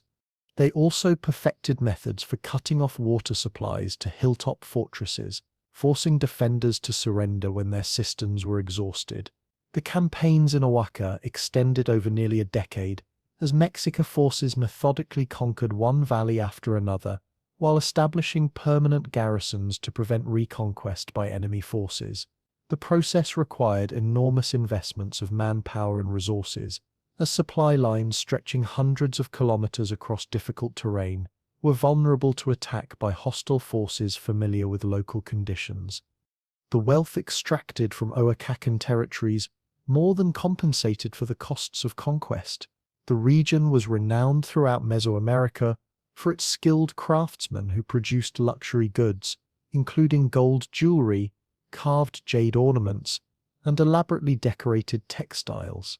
The tribute obligations imposed on conquered Oaxacan communities reflected these specialized capabilities, with requirements for delivery of precious metals, gemstones, and finished craft products that enhanced the prestige of the imperial court in Tenochtitlan. The death of Moctezuma I in 1469 brought to power his son Axayacatl, a young ruler whose reign would be marked by both spectacular military successes and costly failures that demonstrated the limits of Mexican military power. Axayacatl was approximately 20 years old at his accession, having spent his adolescence training as a warrior in the elite schools that prepared noble youth for leadership roles in Mexican society. Unlike his father, who had inherited a relatively stable empire and gradually expanded its boundaries through carefully planned campaigns, Axayacatl faced immediate challenges that required rapid military responses. The most pressing of these challenges involved the growing independence of Tenochtitlan, the sister city that had been founded by Mexican settlers on an island adjacent to Tenochtitlan. Over the decades since its establishment, Tenochtitlan had developed into a major commercial center, whose merchants, the Poctica, maintained trade relationships throughout Mesoamerica. The wealth generated by this commerce had enabled Tenochtitlan's rulers to maintain their own military forces and conduct independent diplomatic relations with other city-states, activities that increasingly conflicted with Tenochtitlan's claims to supremacy within the Mexica domain. The conflict between Tenochtitlan and Tlatelolco reflected deeper tensions within Mexican society about the proper relationship between commercial and military activities. Tlatelolco's merchants had accumulated vast wealth through their trading expeditions, but they lacked the military achievements that traditionally conferred high status in Mexican society. Conversely, Tenochtitlan's warrior nobility possessed the martial credentials that legitimized political authority, but they depended on commercial revenues to fund their military expeditions and maintain their luxurious lifestyles. The immediate cause of the war between the two cities involved a succession dispute in Tlatelolco that provided Axayacatl with a pretext for military intervention. When Moquihutes, the ruler of Tlatelolco, died without a clear heir, competing factions within the city sought support from external allies. Axayacatl backed one claimant while other powers in the valley supported alternative candidates, creating a complex web of alliances that threatened to destabilize the entire region. The siege of Tlatelolco in 1473 demonstrated the military innovations that had been developed during the previous decades of imperial expansion. Mexican engineers constructed elaborate siege works that isolated the city from external support while protecting their own forces from counterattacks. The use of coordinated infantry assaults supported by projectile weapons proved effective against Tlatelolco's defenses, which had been designed primarily to repel raids rather than sustained siege warfare. The fall of Tlatelolco marked the end of independent Mexican city-states and the consolidation of imperial authority under Tenochtitlan's direct control. The conquered city's commercial networks were incorporated into the imperial administration, providing the central government with unprecedented control over long-distance trade throughout Mesoamerica. The wealth of Tlatelolco's merchants was redistributed to reward loyal supporters of the imperial regime, while the city's military forces were integrated into the imperial army as auxiliary units. Axayacatl's attention then turned westward to the Tarascan Empire, a powerful confederation centered in the region now known as Michoacán. The Tarascans had developed a sophisticated military organization based on bronze weapons and disciplined infantry formations that had proven effective against traditional Mesoamerican armies equipped with obsidian weapons and relying on individual combat prowess. Their capital at Tzintzuntzan controlled extensive territories rich in copper, silver, and other metals that were essential for producing the bronze tools and weapons that gave Tarascan forces their technological advantage. The Tarascan Empire presented the most formidable military challenge that Mexican forces had yet encountered.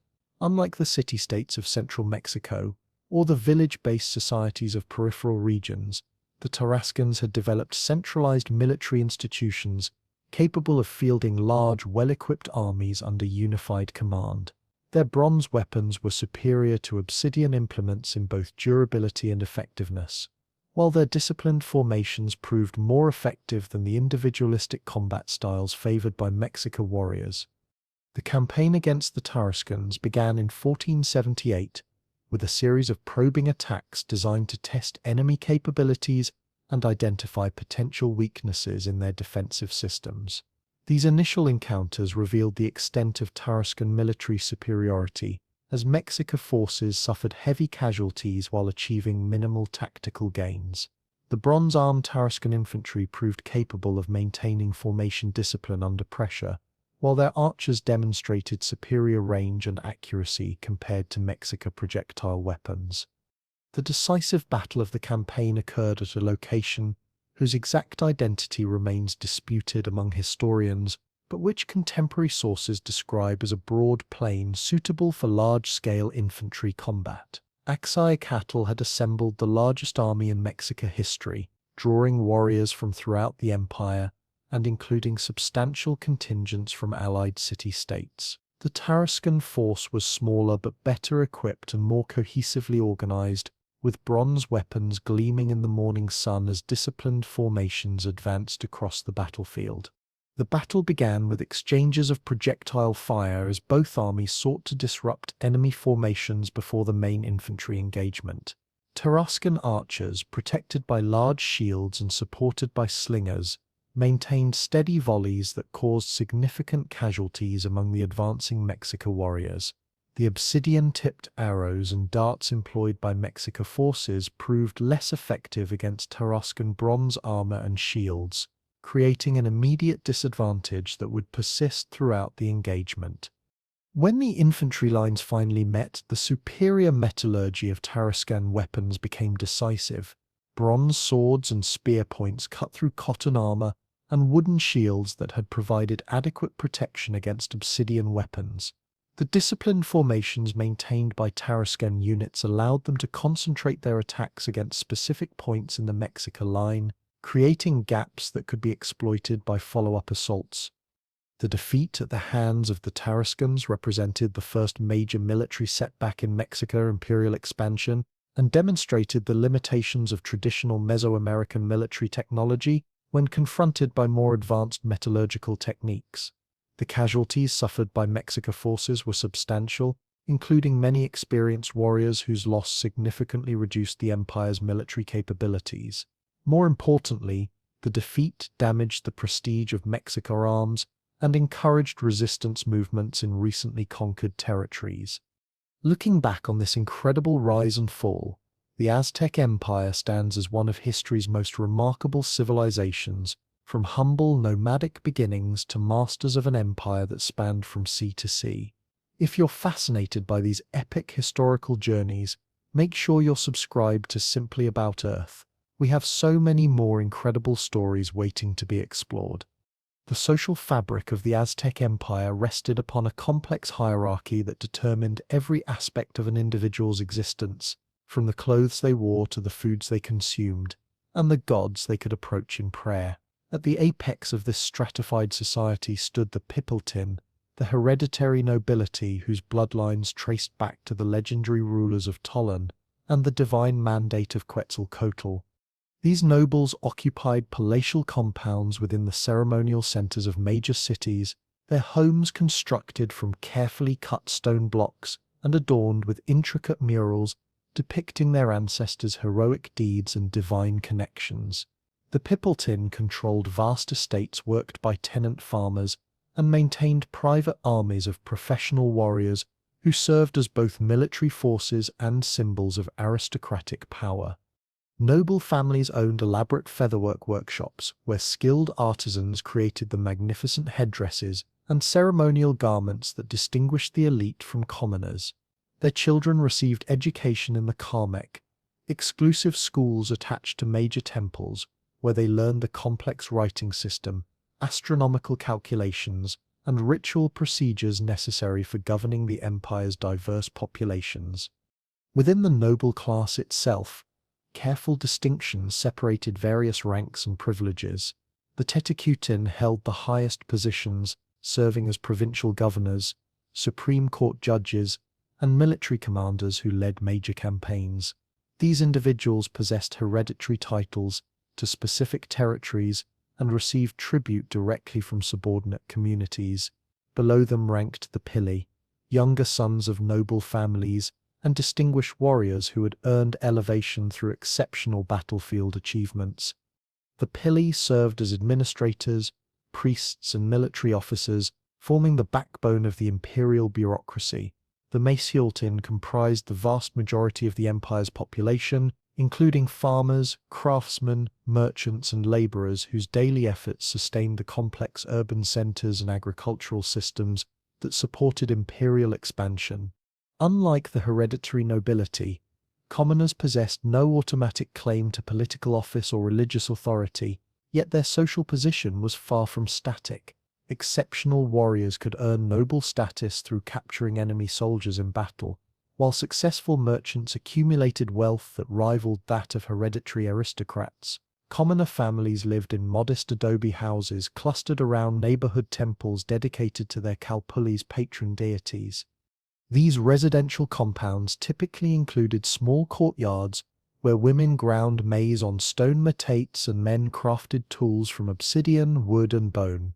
The walls were decorated with simple geometric patterns painted in earth-tone colors, while the floors consisted of packed clay covered with woven mats that served as sleeping surfaces and dining areas. The economic activities of the Mesualtin varied considerably depending on their location within the empire and the natural resources available in their regions. In the Valley of Mexico, many commoners worked the extensive Chinampa systems that surrounded Tenochtitlan and Tlatelolco, cultivating maize, beans, squash, tomatoes, and chili peppers in the artificial islands that floated on the lake surface. These farmers possessed detailed knowledge of water management techniques, crop rotation cycles, and soil preparation methods that maximized agricultural productivity in the challenging lacustrine environment. Craftsmen formed specialized guilds that controlled the production and distribution of essential goods throughout the empire. Stone workers quarried volcanic rock from the mountains surrounding the valley and shaped it into grinding stones, building blocks, and sculptural elements for temples and palaces. Obsidian knappers created the razor-sharp blades that armed warriors and provided cutting tools for daily use. Their workshops filled with the musical tinkling of stone flakes falling to the ground as skilled artisans shaped volcanic glass into deadly implements. Textile production occupied thousands of women throughout the empire, from noble ladies who supervised elaborate workshops to commoner wives who spun cotton and magui fibers into thread during evening hours after completing their household duties. The complexity of textile designs indicated the wearer's social status, with geometric patterns in natural colors marking commoner garments, while elaborate pictorial designs in brilliant dyes distinguished noble attire. The most prestigious textiles incorporated exotic materials such as rabbit fur, tropical bird feathers, and thread spun from precious metals. The Poctica occupied a unique position within Aztec society, serving as long-distance merchants whose trading expeditions extended the empire's economic influence far beyond its military frontiers. These professional traders organized themselves into hereditary guilds that maintained their own temples, schools, and judicial systems separate from those of other social groups. Pochteca expeditions resembled military campaigns in their organization and scale, with armed guards protecting valuable cargoes as merchant caravans traveled hundreds of kilometers through hostile territories to reach distant markets. The wealth accumulated by successful Pochteca enabled them to live in luxury that rivaled that of the nobility, yet their commercial origins prevented them from holding high political office or participating in the most exclusive religious ceremonies. This tension between economic power and social status created complex dynamics within Aztec society, as established nobles sought to control merchant activities, while successful traders attempted to convert their wealth into political influence through strategic marriages and religious patronage.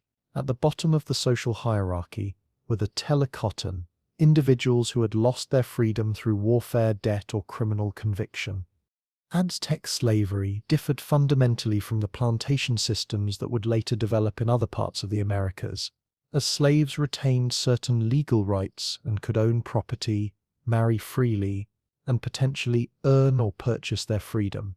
Many Tenochtitlan worked as domestic servants in noble households, where they performed specialized tasks such as food preparation, textile production, and childcare that required skill and trust. The educational systems that transmitted Aztec culture across generations reflected and reinforced the empire's social stratification while providing mechanisms for limited social mobility. The Karmak served the children of nobles and successful merchants, offering rigorous training in writing, mathematics, astronomy, history, and religious ritual. Students in these elite schools learned to read and interpret the complex pictographic codices that recorded imperial laws, tribute obligations, and historical events. They studied the intricate calendar systems that governed religious observances and agricultural activities, mastering calculations that predicted eclipses, determined auspicious dates for military campaigns, and coordinated festivals across the empire's vast territories. The curriculum of the Karmakak emphasized moral discipline and intellectual rigor, with students subjected to harsh punishments for academic failures or behavioral infractions. Young nobles learned to pierce their tongues, ears, and genitals with obsidian blades and magoe thorns as acts of religious devotion, while memorizing the complex poetry and songs that preserved historical traditions and mythological narratives. The schools maintained extensive libraries of codices painted on bark paper and deer skin, containing knowledge accumulated over centuries of Mesoamerican civilization. The Telpok Colli provided education for commoner children, focusing on practical skills and military training rather than the esoteric knowledge reserved for the elite. These neighborhood schools taught boys to use weapons effectively, perform basic religious ceremonies, and understand their obligations as tribute-paying subjects of the empire. Girls received instruction in textile production, food preparation, and household management from experienced women who passed down traditional techniques through hands-on demonstration and practice. Military training in the Telpok Colli began with wooden weapons and progressed to obsidian-armed implements. As students demonstrated competence and maturity, young warriors learned to fight in formation, coordinate attacks with other units, and capture enemies alive for sacrificial purposes. The schools also provided instruction in the construction and maintenance of military equipment, including the cotton armor that protected warriors in battle, and the elaborate shields decorated with feathers and precious stones that indicated their owners' achievements and social status.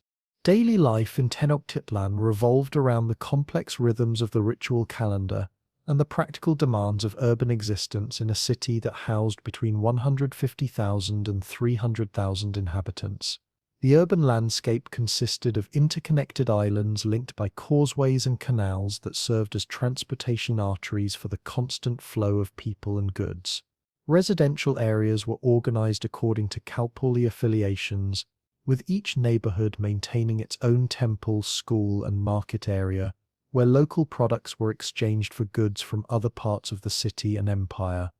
Housing styles varied dramatically according to social status and economic resources. Noble residences occupied extensive compounds that included multiple buildings arranged around courtyards planted with flowers and shade trees. The main structures featured stone foundations, adobe brick walls, and flat roofs that served as additional living and working spaces. Interior rooms were decorated with elaborate murals depicting mythological scenes, historical events, and genealogical information that established the occupants' noble credentials. Commoner houses were smaller and simpler, typically consisting of one or two rooms with thatched roofs and walls made from adobe bricks or wattle and daub construction. These modest dwellings nonetheless provided adequate shelter and included features such as built-in storage areas, raised sleeping platforms, and small shrines dedicated to household deities. Many houses included workshops where family members practiced specialized crafts, with pottery kilns, weaving looms, and tool-making areas integrated into the domestic architecture. The clothing worn by Tenochtitlan's inhabitants served as immediate indicators of social status, occupation, and regional origin. Nobles dressed in elaborately decorated garments made from cotton textiles dyed in brilliant colors and adorned with geometric patterns, featherwork, and precious stone ornaments. Men wore loincloths, cloaks, and sandals, while women donned skirts and blouses that covered their bodies modestly, while displaying their family's wealth and status through the quality of materials and decoration. Commoners were legally restricted to wearing simple garments made from magui fiber, dyed in muted earth tones and decorated with basic geometric patterns. Men typically wore loincloths and cloaks that reached their knees, while women donned plain skirts and blouses that prioritized functionality over ornamentation. The sumptuary laws that governed clothing choices were strictly enforced, with severe punishments for individuals who attempted to dress above their social station. The food consumed by different social groups reflected both economic resources and cultural preferences that had developed over centuries of Mesoamerican civilization. Nobles enjoyed elaborate meals featuring exotic ingredients imported from distant regions of the empire, including tropical fruits, marine fish, and game birds that were unavailable to commoners. Their kitchens employed specialized cooks who prepared complex dishes, seasoned with rare spices, and served on decorated pottery vessels that demonstrated their owners' sophisticated tastes. Maize formed the foundation of all Aztec diets, consumed in various forms including tortillas, tamales, porridge, and fermented beverages that provided essential calories and nutrients. Commoner families supplemented their maize-based meals with beans, squash, chili peppers, and whatever protein sources they could afford, including small game, fish from the lake system, and domesticated dogs and turkeys raised in their household compounds. The market system centered at Tlatelolco represented one of the most sophisticated commercial institutions in the pre-Columbian Americas, attracting merchants and customers from throughout Mesoamerica to exchange goods in a carefully regulated environment. The main market occupied a vast plaza that could accommodate over 60,000 people on major trading days, with specialized sections devoted to different categories of merchandise. Vendors arranged their goods on woven mats spread across the ground, creating colorful displays that showcased the empire's economic diversity and productive capacity. Food vendors offered prepared meals, fresh produce, and specialty items such as chocolate drinks flavored with honey and spices that provided refreshment for shoppers and workers. Craft specialists sold pottery, textiles, tools, and ornamental objects that demonstrated the high level of artistic achievement attained by Aztec artisans. Merchants from distant regions displayed exotic goods, including jade ornaments from Guatemala, amber from Chiapas, and tropical bird feathers from the coastal lowlands that added luxury and prestige to noble households. The market operated according to strict regulations enforced by appointed officials who monitored weights and measures, resolved disputes between buyers and sellers, and maintained order among the crowds of shoppers. Prices were established through negotiation between buyers and sellers, with cacao beans serving as a standard medium of exchange for small transactions, while cotton textiles and quills filled with gold dust facilitated larger purchases. Aztec artistic achievements encompassed a wide range of media and techniques that reflected both religious devotion and aesthetic sophistication. Sculptors carved massive stone monuments that adorned temple complexes and public spaces, creating powerful images of deities, rulers, and mythological scenes that communicated imperial ideology to diverse populations. The famous calendar stone discovered in the main plaza of Tenochtitlan exemplified the integration of artistic excellence with astronomical knowledge, its intricate carvings depicting the cyclical nature of time and the cosmic forces that governed human destiny. Featherwork represented perhaps the most distinctive Aztec artistic tradition, with skilled craftsmen creating elaborate compositions using tropical bird plumage arranged in complex patterns and designs.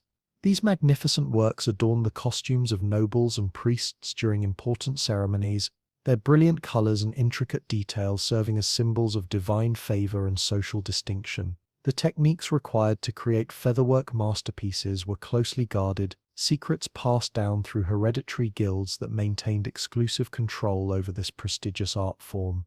The production of codices represented the pinnacle of Aztec intellectual achievement, combining artistic skill with scholarly knowledge to create documents that preserved historical records, religious teachings, and administrative information. Scribes trained in the Kalmyk schools painted pictographic symbols on bark paper and deerskin, using brushes made from animal hair and pigments derived from minerals, plants, and insects. The resulting manuscripts served as libraries, legal documents, and instructional materials that transmitted knowledge across generations and throughout the empire's territories. The Aztec calendar system demonstrated the sophisticated mathematical and astronomical knowledge that had been accumulated over centuries of Mesoamerican observation and calculation. The basic structure combined a 260-day ritual calendar with a 365-day solar calendar, creating a complex cycle that required 52 years to complete. This system enabled Aztec astronomers to predict eclipses, track the movements of planets, and coordinate religious festivals with agricultural activities across the empire's diverse climatic zones. The religious worldview that governed Aztec society rested upon a complex understanding of cosmic forces locked in perpetual struggle, where the survival of humanity depended upon maintaining delicate balances through ritual action and divine appeasement. At the center of this intricate theological system stood Huitzilopochtli, the hummingbird god of war, and the sun, whose daily journey across the sky represented the eternal battle between light and darkness, order and chaos, life and death. The Mexica understood their patron deity as a young warrior born fully armed from his mother Coatlicque's womb, destined to defend the world against the forces of destruction that threatened to plunge creation back into primordial darkness. Huitzilopochtli's mythological biography established the theological foundation for Aztec imperial expansion and military culture. According to the sacred narratives preserved in temple schools and recited during religious ceremonies, the god had been conceived when his mother, the earth goddess Coatlicue, was impregnated by a ball of hummingbird feathers that fell from the sky while she was sweeping the temple at Coatepec. His jealous siblings, led by his sister Coelxochi, the moon goddess, conspired to kill their mother before the miraculous birth could occur, viewing the pregnancy as a source of shame and dishonor to their family. The moment of Huitzilopochtli's birth marked the beginning of the cosmic war that would define Aztec religious consciousness. Emerging from his mother's womb as a fully grown warrior, armed with a fire serpent and a shield decorated with eagle feathers, the newborn god immediately attacked his siblings who had threatened his mother. In the ensuing battle, Huitzilopochtli dismembered Coyolxauhqui and hurled her head into the sky where it became the moon, while scattering his other siblings across the heavens as stars. This primordial conflict established the pattern of cosmic struggle that required constant renewal through human action and divine intervention. The daily solar cycle was understood as a reenactment of Huitzilopochtli's eternal battle against the forces of darkness. Each dawn represented the young god's victory over his siblings, while each sunset marked the beginning of his nightly journey through the underworld, where he fought against the lords of death and darkness to ensure that the sun would rise again. This cosmic drama required human participation through ritual activities that provided the god with the strength necessary to continue his struggle. The most important of these rituals involved the offering of human blood and hearts, substances that contained the vital essence needed to nourish the solar deity and maintain the world's existence. Quetzalcoatl, the feathered serpent deity, represented a contrasting but complementary aspect of Aztec religious thought.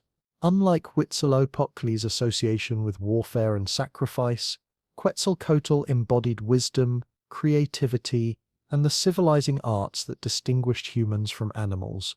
The god was credited with creating humanity in the current cosmic age by mixing his own blood with bones stolen from the underworld, a heroic act that established the fundamental debt that humans owed to the divine realm. Quetzalcoatl had also given humans the gift of maize, the sacred grain that formed the foundation of Mesoamerican civilization, by transforming himself into an ant and carrying the precious seeds from their hiding place within a mountain. The dual nature of Quetzalcoatl's symbolism reflected the Aztec understanding of the fundamental tensions that characterized existence. As a feathered serpent, the deity combined the earthbound nature of reptiles with the celestial freedom of birds, representing the unity of opposites that governed cosmic processes. The god's association with wind linked him to the invisible forces that brought rain clouds from the ocean and carried the seeds of plants across vast distances, making him essential to agricultural fertility and seasonal renewal. Quetzalcoatl's role as the patron of learning and the priesthood made him particularly important to the educated elite who governed Aztec society. The god was believed to have invented the calendar systems that regulated religious observances and agricultural activities, while also creating the writing systems that preserved historical knowledge and religious teachings. Priests who served in his temples underwent rigorous training in astronomy, mathematics, and ritual procedures, becoming the intellectual leaders who maintained the complex ceremonial cycles that sustained cosmic order. Tezcatlipoca, whose name meant smoking mirror, embodied the darker aspects of divine power that the Aztecs recognized as essential components of cosmic balance. This deity was associated with night, jaguars, sorcery, and the unpredictable forces that could bring either great fortune or devastating destruction to human communities. Tezcatlipoca was often depicted as a young man missing one foot, which had been bitten off by the earth monster during the creation of the world, a sacrifice that enabled the formation of the solid ground upon which humans could build their civilizations. The relationship between Tezcatlipoca and Quetzalcoatl formed one of the central themes of Aztec mythology, with the two deities locked in eternal rivalry that drove the cycles of creation and destruction that shaped cosmic history. According to the sacred narratives, these divine conflicts had resulted in the destruction and recreation of the world multiple times, with each cosmic age ending when one deity gained temporary supremacy over the other. The current world age, known as the fifth sun, had been created through the cooperation of all the gods, but it too was destined to end in catastrophic destruction unless humans maintained the proper ritual relationships with the divine realm. Tlaloc, the rain god, controlled the life-giving waters that made agriculture possible in the semi-arid environment of central Mexico. This ancient deity, whose worship predated the arrival of the Mexica by many centuries, was depicted as a figure with goggle-like eyes and prominent fangs, often surrounded by symbols representing clouds, lightning, and falling rain. Tlaloc's mountaintop shrines dotted the landscape around the Valley of Mexico, marking the sacred peaks where rain clouds gathered, and from which life-sustaining moisture descended to nourish the crops that fed the empire's growing population. The worship of Tlaloc involved elaborate ceremonies that acknowledged the god's control over the agricultural cycles that governed human survival. During the dry season, priests conducted rituals designed to attract the rain clouds that would bring the moisture necessary for planting and crop growth. These ceremonies often involved the sacrifice of children, whose tears were believed to be particularly pleasing to the rain god, and whose innocent suffering could move him to compassion for human needs. The child victims were often purchased from poor families or captured in warfare, then elaborately dressed and honored before being offered to the deity at mountaintop shrines or thrown into sacred cenotes. The Aztec understanding of cosmic time was structured around the concept of the five suns, successive world ages that had been created and destroyed through the actions of competing deities. Each cosmic age had been dominated by a different god, and had ended through a specific form of catastrophe that reflected the ruling deity's particular characteristics and powers. The first sun had been ruled by Tezcatlipoca and had ended when Quetzalcoatl knocked his rival from the sky, causing him to transform into a jaguar that devoured all the giants who had inhabited the world. The second sun had been governed by Quetzalcoatl and had ended when Tezcatlipoca's revenge transformed humans into monkeys and destroyed their civilization with hurricanes. The third sun had been ruled by Tlaloc and had ended in a rain of fire that consumed the world and transformed its human inhabitants into birds. The fourth sun had been governed by Tlalocs consort, the goddess of rivers and lakes, and had ended in a great flood that turned humans into fish and destroyed all the works of civilization. The current fifth sun, known as Nahuiolin, or Four Movement, had been created through the self-sacrifice of the gods, who threw themselves into a cosmic fire to provide the energy necessary for the sun and moon to move across the sky. The creation of the fifth sun established the theological framework that justified human sacrifice as a cosmic necessity rather than merely a religious preference. According to the sacred narratives, the gods had sacrificed themselves to create the current world age, establishing a precedent that required humans to reciprocate through their own offerings of blood and life. The god Nanahuatzin, a humble and diseased deity, had volunteered to throw himself into the cosmic fire to become the sun, while the proud god Tenochtitlan had hesitated before following his example to become the moon. This mythological event demonstrated that divine sacrifice was necessary to maintain cosmic order, and that humans owed their existence to the gods' willingness to give their lives for the continuation of the world. The ritual calendar that governed Aztec religious life was based on the complex interaction of the 260-day tonal poali and the 365-day civ poali, creating cycles of sacred time that regulated both individual destiny and community obligations. The tonal poali combined 20-day signs with 13 numbers, creating a sacred calendar that was used for divination, naming children, and determining auspicious dates for important activities. Each day in this calendar was ruled by specific deities, and possessed particular characteristics that influenced the fate of individuals born on that date and the success of activities undertaken during that period. The Simpoholi consisted of 18 months of 20 days each, plus 5 additional days that were considered unlucky and dangerous. Each month was dedicated to particular deities and involved specific ceremonies that maintained the proper relationships between humans and gods throughout the annual cycle. The festivals associated with each month required elaborate preparations involving the entire community, from the gathering of ritual materials to the construction of temporary temples and the training of ceremonial participants. The new fire ceremony, conducted every 52 years when the 2 calendar cycles returned to their starting positions simultaneously, represented the most important ritual in the Aztec religious system. This elaborate ceremony, known as shimmered or binding of the years, involved the extinguishing of all fires throughout the empire and the ritual destruction of household goods, pottery, and clothing. The population would fast and remain awake throughout the night, anxiously awaiting the successful completion of the ceremony that would ensure the continuation of the current world age.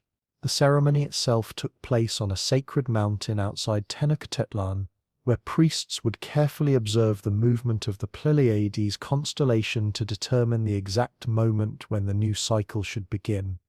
At the critical moment, a fire priest would use a wooden fire drill to kindle a new flame on the chest of a sacrificial victim, whose heart had been removed to provide a sacred space for the cosmic renewal. If the fire ignited successfully, it confirmed that the gods had agreed to allow the world to continue for another 52-year cycle. The new fire would then be carried to temples throughout the empire, where it would be used to relight the sacred flames that burned continuously in honor of various deities. The seasonal festivals that marked the agricultural cycle provided regular opportunities for communities throughout the empire to participate in the ritual activities that maintained cosmic balance. The festival of Aztec Empire, celebrated during the first month of the year, honored Telo and the mountain spirits who controlled rainfall through ceremonies that included the sacrifice of children at mountaintop shrines. The festival of Tenochtitlan, held during the second month, involved the blessing of seed corn and the performance of rituals designed to ensure successful planting and crop growth. The festival of Huitzilopochtli, celebrated during the third month, marked the beginning of the planting season with elaborate ceremonies that honored the earth goddess Coatlicue and her various manifestations. The festival of Tenochtitlan, held during the fourth month, involved the selection and sacrifice of a young man who had been chosen to represent the god Tezcatlipoca for an entire year. This individual, known as the Ixipla or God's image, lived in luxury and was treated as a living deity before being sacrificed at the festival's climax, ensuring the god's continued presence among his people. The practice of human sacrifice permeated Aztec religious life at every level, from the grand ceremonies that marked major festivals to the daily offerings that maintained the sacred fires in neighborhood temples. The Aztecs recognized multiple forms of sacrificial death, each appropriate to different deities and ceremonial contexts. The most common method involved the removal of the victim's heart while they were still alive, a procedure that required considerable skill and was performed by specially trained priests using obsidian knives with razor-sharp edges. Heart sacrifice typically took place on the steps of temple pyramids, with the victim stretched backward over a curved stone that thrust their chest upward and made the priest's task easier. 4 assistants would hold the victim's limbs while the priest made a swift incision below the ribcage, reached into the chest cavity, and extracted the still beating heart. The organ would then be offered to the deity by being placed in a special receptacle or held up toward the sun, while the victim's body would be rolled down the temple steps to waiting attendants who would dispose of it according to ritual requirements. Drowning was the preferred method of sacrifice for victims offered to Teluk and other water deities, with ceremonies often taking place at sacred springs, lakes, or specially constructed pools within temple complexes. The victims, frequently children whose tears were believed to be particularly pleasing to the rain god, would be dressed in elaborate costumes and jewelry before being thrown into the water or held beneath the surface until they drowned. These sacrifices were often conducted during times of drought, when the community desperately needed divine intervention to bring life-saving rainfall. Flaying was employed in ceremonies honoring Sip-Totec, the god of spring and agricultural renewal, whose name meant "Our Lord, the Flayed One." Victims sacrificed to this deity would first have their hearts removed in the conventional manner, after which their skin would be carefully peeled away in a single piece. Priests would then wear these human skins during subsequent ritual activities, symbolically representing the renewal of life that occurred each spring when plants shed their old growth and produced fresh shoots and leaves. Burning alive was reserved for victims offered to fire gods in ceremonies focused on purification and cosmic renewal. These sacrifices typically involved throwing victims into large fires or binding them to poles and slowly roasting them over flames, with the extended suffering believed to be particularly pleasing to the deity. The fire god's festivals often coincided with the completion of major construction projects or the dedication of new temples, events that required powerful ritual acts to ensure divine approval and protection. The social and political functions of human sacrifice extended far beyond its religious significance, serving as a mechanism for social control, political integration, and imperial legitimacy. The spectacular nature of major sacrificial ceremonies demonstrated the power of the state and the gods it served, creating awe and fear among both subjects and potential enemies. Foreign dignitaries invited to witness these events would return to their home territories with vivid accounts of Aztec power and divine favor, often encouraging submission rather than resistance to imperial expansion. The capture of enemies for sacrificial purposes provided a crucial motivation for Aztec warfare, transforming military campaigns from simple conquest expeditions into sacred quests that served both political and religious objectives. Warriors competed for the honor of capturing prestigious victims, with successful captors receiving social advancement and material rewards that encouraged continued military service.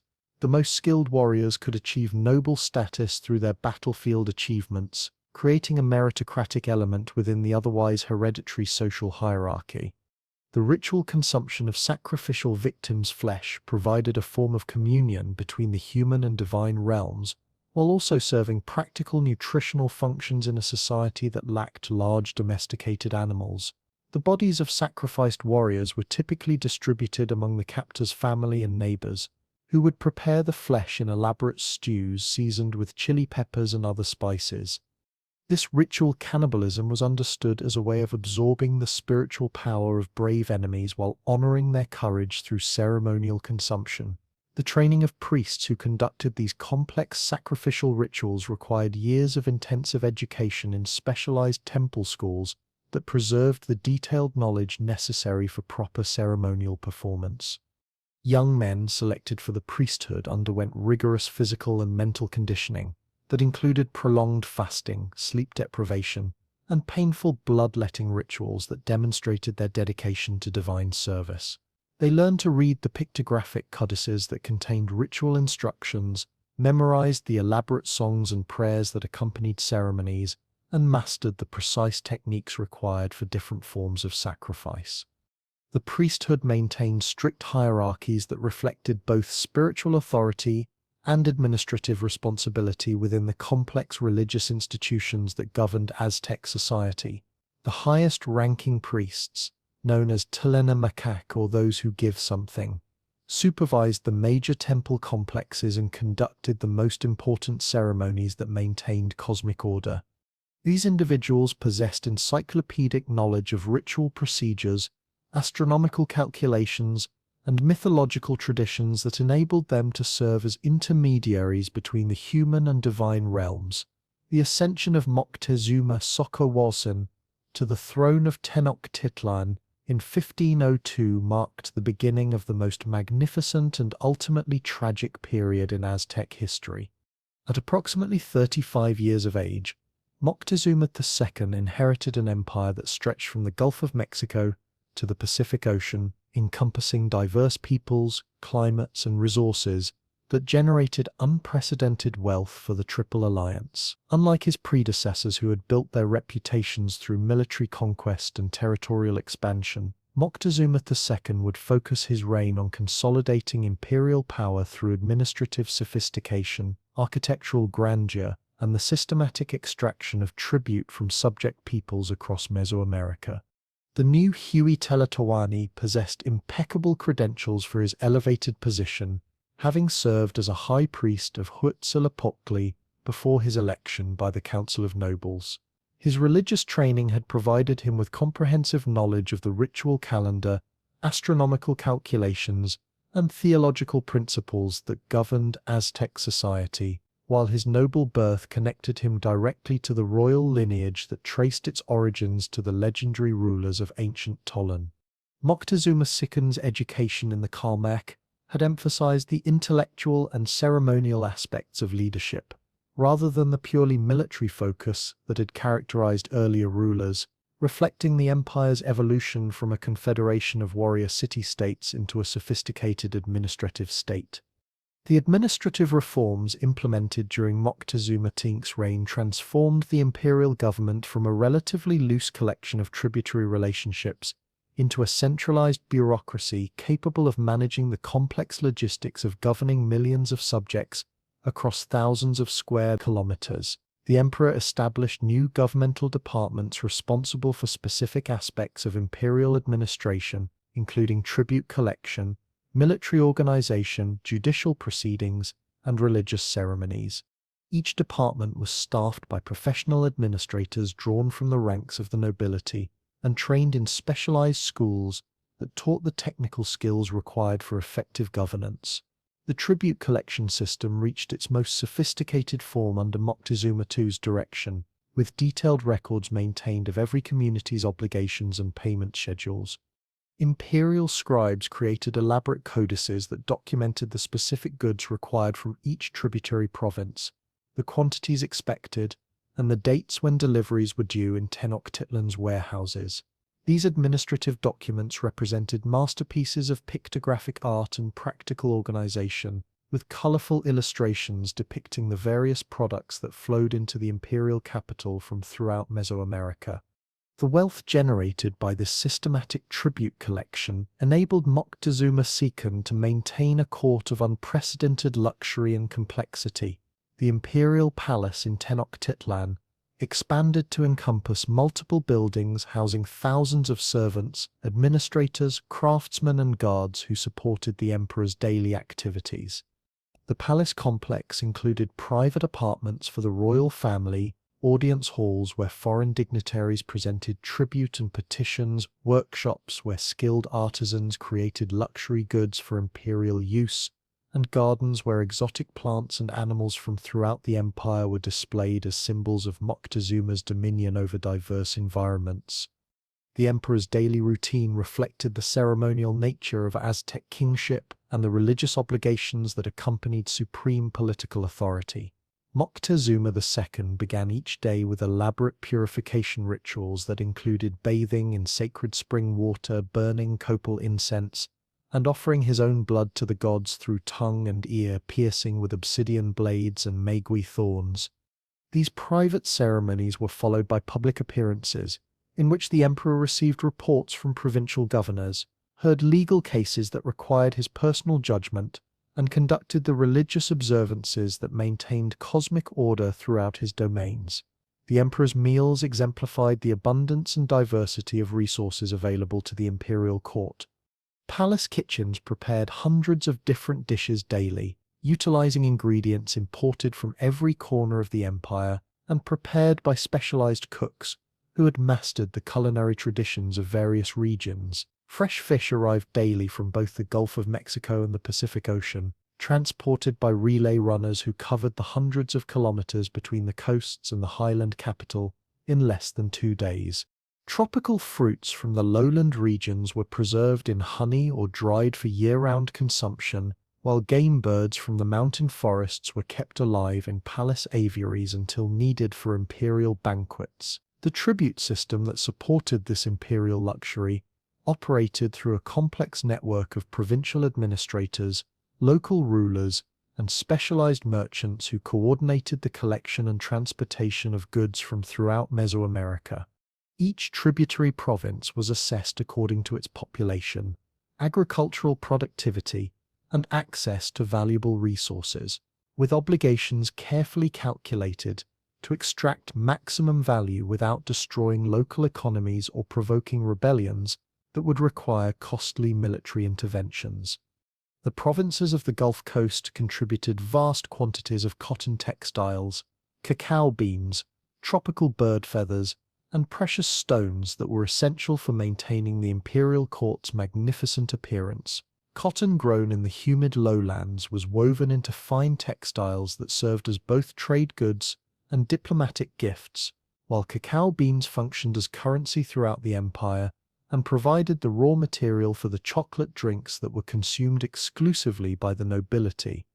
The brilliant feathers of quetzals, parrots, and other tropical birds were crafted into elaborate headdresses and ceremonial garments that distinguished imperial officials from lesser nobles, while jade, amber, and other precious stones were carved into ornaments that adorned the emperor and his closest associates.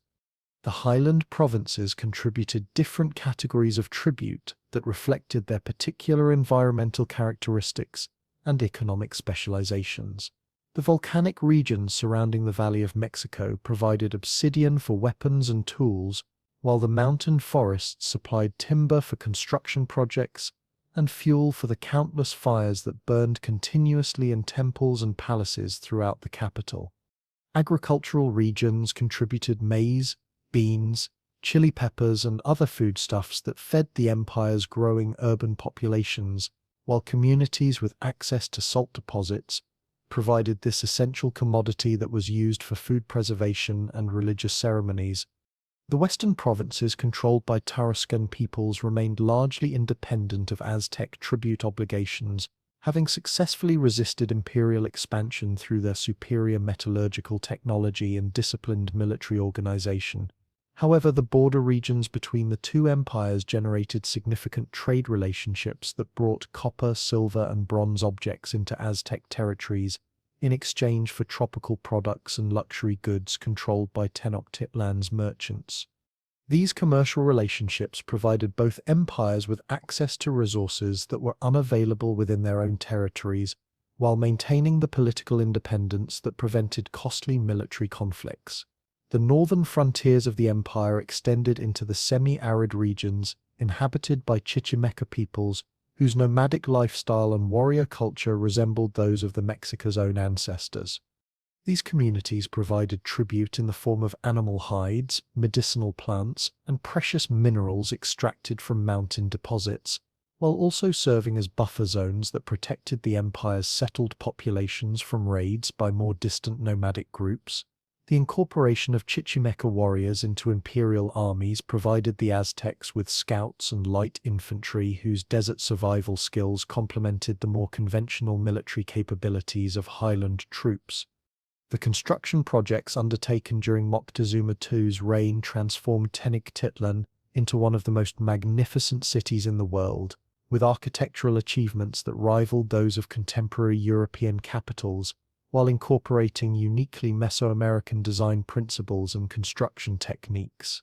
The expansion of the Templo Maya, the great pyramid that dominated the city's ceremonial center, required the labor of thousands of workers and the transportation of massive quantities of stone, timber, and decorative materials from throughout the empire.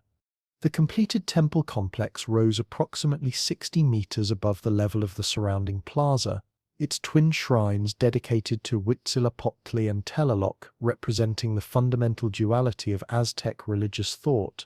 The pyramid's exterior was covered with carved stone panels depicting mythological scenes, historical events, and astronomical observations that communicated imperial ideology to the diverse populations who visited the capital for religious festivals and tribute presentations. The summit shrines housed elaborate sculptures of the patron deities crafted from precious materials, including gold, jade, and tropical bird feathers, that demonstrated the empire's wealth and artistic sophistication. The ceremonial plaza surrounding the Templo Maya was expanded to accommodate the massive crowds that gathered for major religious festivals, with new buildings constructed to house the priests, administrators, and visiting dignitaries who participated in these elaborate ceremonies. The plaza's stone pavement was laid in geometric patterns that reflected astronomical alignments and cosmological principles, while drainage channels beneath the surface prevented flooding during the rainy season and maintained the sacred space's ritual purity. The palace complex adjacent to the ceremonial center underwent similar expansion during Moctezuma II's reign, with new buildings added to house the growing imperial bureaucracy and the specialized craftsmen who produced luxury goods for court use. The emperor's private residence included multiple courtyards planted with flowers and shade trees, reflecting pools that provided cooling during hot weather, and aviaries where exotic birds from throughout the empire were maintained as symbols of imperial dominion over diverse environments. The palace workshops employed hundreds of skilled artisans who created the magnificent objects that adorned the imperial court and served as diplomatic gifts to foreign rulers. Featherworkers crafted elaborate headdresses using tropical bird plumage arranged in complex patterns that required years of training to master, while goldsmiths created jewelry and ornamental objects using techniques that produced delicate filigree work and realistic sculptural forms. Lapidaries carved jade, obsidian, and other precious stones into ornaments and ritual objects whose symbolic meanings were understood by educated members of the nobility, but remained mysterious to common observers. The expansion of Tenochtitlan's urban infrastructure during this period included the construction of new causeways that improved transportation between the island capital and the mainland, additional aqueducts that supplied fresh water to the growing population, and expanded canal systems that facilitated the movement of goods throughout the city. The engineering challenges involved in these projects required innovative solutions that demonstrated the advanced technical capabilities of Aztec architects and builders. The causeway connecting Tenochtitlan to Tlacopan was rebuilt with wider roadways and more sophisticated bridge systems that could accommodate increased traffic while maintaining the defensive capabilities that were essential for protecting the capital against potential enemies. The new bridges incorporated mechanical systems that allowed sections to be raised or lowered quickly, enabling the passage of large canoes while providing the ability to cut off land access to the city during emergencies. The aqueduct system that supplied Tenochtitlan with fresh water was expanded through the construction of additional channels that tapped springs in the hills surrounding the valley, while sophisticated distribution networks carried water to neighborhoods throughout the city. The engineering of these water systems required precise calculations of elevation, flow rates, and pressure differentials that demonstrated the mathematical capabilities of Aztec architects and the organizational skills of the administrators who coordinated these massive construction projects. The omens and prophecies that began appearing during the later years of Moctezuma II's reign created an atmosphere of anxiety and supernatural dread that would profoundly influence the empire's response to the arrival of Spanish conquistadors. The first of these portents appeared around 1510, when a comet with a long, brilliant tail became visible in the pre-dawn sky for several months. Aztec astronomers, who maintained detailed records of celestial phenomena and their earthly correlations, interpreted this apparition as a warning of impending catastrophe that would affect the entire empire. The comet's appearance was followed by a series of additional omens that reinforced fears of approaching disaster. A mysterious fire destroyed the temple of Huitzilopochtli without any apparent cause, burning so intensely that water seemed to feed the flames rather than extinguish them. The temple of Tenochtitlan, the fire god, was struck by lightning during a clear sky, an event that was interpreted as divine displeasure with imperial policies or religious practices. Strange voices were heard crying in the night, warning of the destruction of Tenochtitlan and the end of Aztec dominion over Mesoamerica. The most disturbing of these supernatural manifestations involved the appearance of ghostly figures and monstrous beings that were witnessed by reliable observers throughout the empire. Fishermen reported seeing a woman walking on the surface of Lake Texcoco, weeping and lamenting the fate that awaited her children. Hunters encountered two-headed men in the forests surrounding the capital, while farmers discovered birds and animals with human faces that spoke prophecies of doom before vanishing into thin air. Moctezuma Sixtra's response to these omens reflected both his deep religious convictions and his understanding of their potential political implications. The emperor consulted with the most learned priests and astronomers in his realm, seeking interpretations that might suggest appropriate ritual responses to appease whatever divine displeasure had generated these warnings. Additional human sacrifices were conducted at temples throughout the empire, while special ceremonies were organized to honor deities who might have the power to avert the predicted catastrophes. The emperor also dispatched messengers to distant oracles and shamans who possessed reputations for supernatural insight, seeking additional perspectives on the meaning of the portents and possible methods for preventing their fulfillment. These consultations produced conflicting interpretations that ranged from warnings of natural disasters such as earthquakes or volcanic eruptions to prophecies of foreign invasion and the overthrow of the imperial dynasty.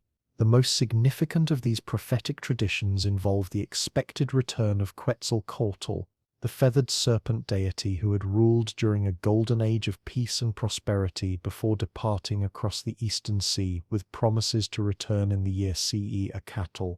According to the calculations of Aztec astronomers, the year 1519 in the European calendar corresponded to CE Acatl in the indigenous dating system, creating expectations that the god's return was imminent and that his arrival would bring fundamental changes to the existing order.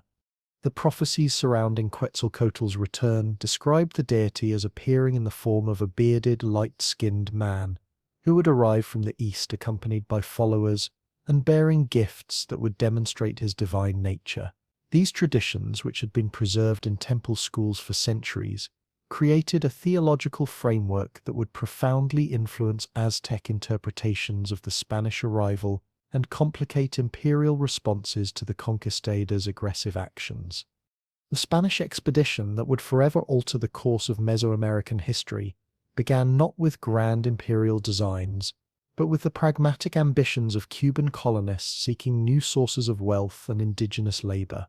Governor Diego Velázquez de Cuellar had dispatched two previous expeditions to explore the Mexican coast, first under Francisco Hernández de Córdoba in 1517, and then under Juan de Grijalva.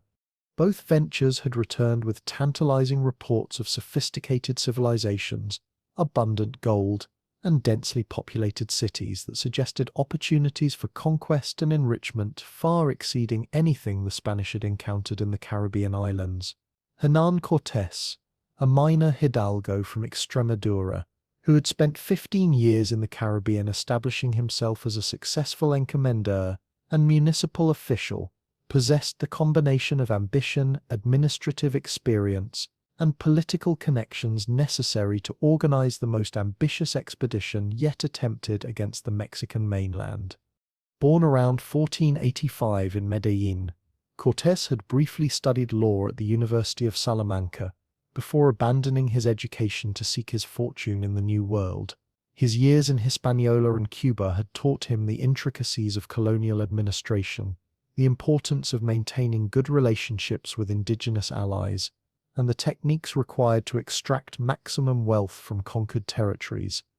The expedition that departed Cuba in February 1519 consisted of 11 ships carrying approximately 630 Spanish soldiers, sailors, and adventurers, along with several hundred indigenous auxiliaries from the Caribbean islands, who served as interpreters, guides, and laborers. The Spanish contingent included 32 crossbowmen, 13 musketeers equipped with primitive firearms, 16 cavalrymen with their horses, and several hundred soldiers armed with steel swords, pikes, and shields.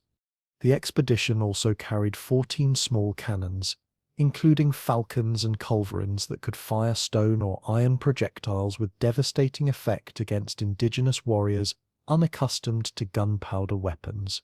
The technological advantages possessed by the Spanish forces extended beyond their superior metallurgy and gunpowder weapons to include innovations in military organization, logistics, and naval transportation that reflected centuries of European warfare and exploration. The steel weapons carried by Spanish soldiers maintained their sharpness far longer than obsidian implements and could penetrate the cotton armor worn by Mesoamerican warriors, while their metal helmets and breastplates provided protection against arrows and clubs that would have been lethal to unarmored opponents. The horses, unknown in the Americas before European arrival, created psychological shock among indigenous peoples while providing Spanish cavalry with unprecedented mobility and tactical flexibility. The expedition's first significant encounter with the indigenous populations of Mexico occurred along the coast of Yucatan, where Maya communities had maintained their independence despite the proximity of Spanish settlements in the Caribbean. The Maya peoples of this region had developed sophisticated urban centers, monumental architecture, and writing systems that rivaled those of central Mexico, while their experience with earlier Spanish expeditions had taught them to regard European visitors with suspicion and hostility.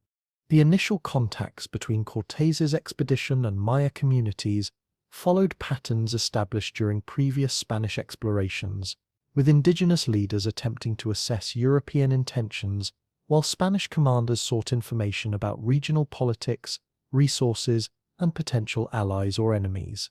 The Maya caciques who met with Spanish representatives possessed detailed knowledge of the powerful empire that controlled the Mexican highlands, having maintained trade relationships with Aztec merchants for generations, and receiving regular visits from Pocteca expeditions that exchanged tropical products for highland manufactures. These early encounters provided Cortés with crucial intelligence about the political situation in central Mexico, including information about the tribute relationships that bound subject peoples to the Triple Alliance and the resentments that many communities harbored against Aztec rule. Maya informants described the magnificent capital of Tenochtitlan with its floating gardens and massive temples, the wealth that flowed into the city from throughout Mesoamerica, and the military power that enforced imperial authority over diverse populations. More importantly, they revealed the existence of indigenous groups along the Mexican coast who had resisted Aztec conquest and might welcome Spanish support against their traditional enemies. The expedition's arrival at the island of Cozumel provided Cortés with one of his most valuable assets in the form of Jerónimo de Aguilar, a Spanish priest who had been shipwrecked on the Yucatan coast 8 years earlier and had learned to speak Maya during his captivity. Aguilar's linguistic abilities and cultural knowledge proved invaluable for subsequent negotiations with indigenous leaders, while his information about Maya political organization and religious practices helped Spanish commanders develop strategies for exploiting divisions among potential enemies and allies. The Spanish landing at the mouth of the Grijalva River brought the expedition into contact with the Chontal Maya peoples of Tabasco, who controlled important trade routes between the Gulf Coast and the highland regions of central Mexico. The Chontal communities had grown wealthy through their role as intermediaries in long-distance commerce, collecting tolls from merchant expeditions and providing transportation services for goods moving between different ecological zones. Their strategic location and economic importance had enabled them to maintain their independence from both Maya kingdoms to the east and the Aztec Empire to the west. The Battle of Centla, fought in March 1519, demonstrated the devastating effectiveness of Spanish military technology against indigenous forces, while establishing patterns of warfare that would characterize the conquest period. The Chontal warriors who opposed the Spanish landing employed traditional Mesoamerican tactics, attacking in dense formations while shouting war cries and brandishing obsidian-edged weapons decorated with colorful feathers and precious stones. Their cotton armor, wooden shields, and quilted tunics provided adequate protection against indigenous weapons, but proved inadequate against Spanish steel swords and crossbow bolts. The Spanish cavalry charge that broke the Maya battle line created panic among indigenous warriors who had never encountered horses and initially believed that horse and rider formed a single supernatural creature. The thunderous noise of Spanish cannons, combined with the acrid smoke of gunpowder and the screams of wounded men and animals, transformed the battlefield into a scene of chaos and terror that overwhelmed traditional Maya military discipline. The Spanish victory was complete and decisive, with hundreds of indigenous casualties compared to minimal losses among the European forces. The aftermath of the battle brought Cortés one of his most crucial advantages in the form of Malintzin, known to the Spanish as Doña Marina or La Malinche, who would serve as interpreter, cultural advisor, and strategic partner throughout the conquest campaign. Malintzin was among 20 young women presented to the Spanish as tribute by the defeated Chantal leaders, but her linguistic abilities and noble background quickly distinguished her from the other captives. Born into the Nahuatl-speaking nobility of central Mexico, she had been sold into slavery as a child and had learned Maya during her years of captivity in Tabasco, making her uniquely qualified to serve as a bridge between Spanish and indigenous cultures. Malintzin's role extended far beyond simple translation, as she possessed intimate knowledge of Mesoamerican political systems, religious practices and social hierarchies that enabled her to advise Spanish commanders on appropriate protocols for diplomatic negotiations and military operations. Her understanding of indigenous concepts of authority, tribute relationships, and alliance systems proved crucial for Spanish efforts to exploit divisions among potential enemies and recruit indigenous allies for the conquest campaign. The complex relationship that developed between Malintzin and Cortés involved personal, political, and strategic dimensions that would profoundly influence the course of Spanish indigenous interactions throughout the conquest period. The Spanish expedition's arrival at the Totonac city of Zempoala in June 1519 provided Cortés with his first major indigenous allies and crucial intelligence about Aztec imperial administration.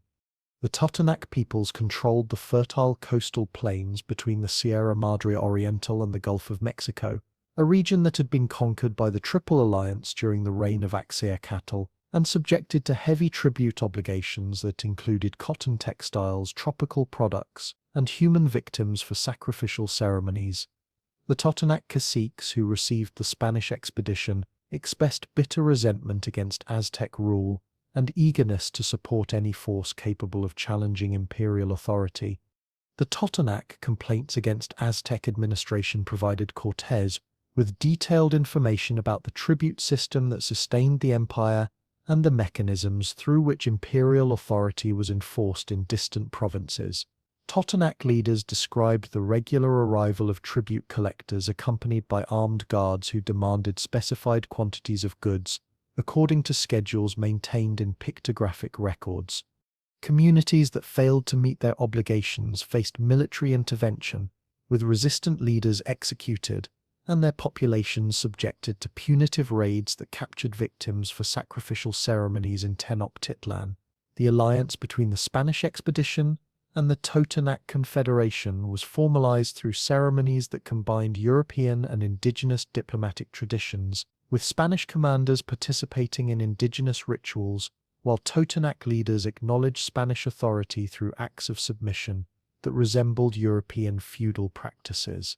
The Totonacs provided the Spanish with thousands of indigenous warriors, detailed maps of routes to the highland regions, and logistical support that included food supplies, transportation services, and intelligence about Aztec military capabilities and political vulnerabilities.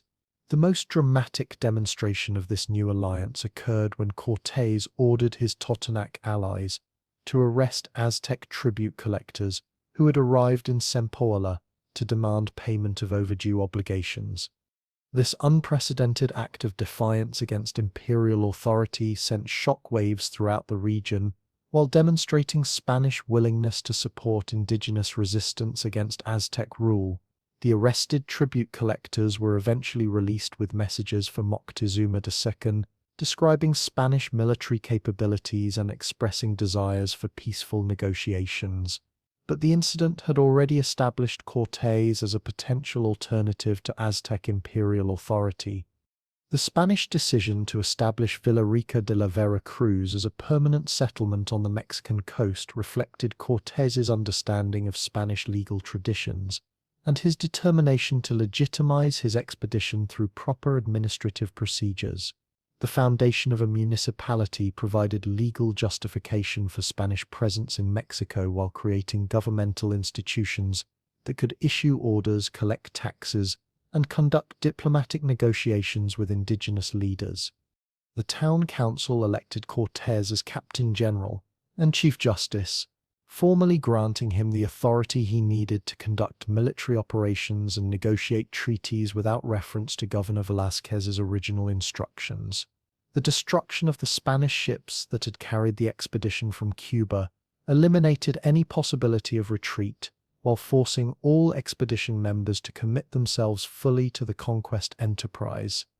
This dramatic gesture, often misrepresented as the burning of the ships, actually involved the careful salvage of useful materials including iron, sails, and cordage that were transported inland for use in subsequent military operations.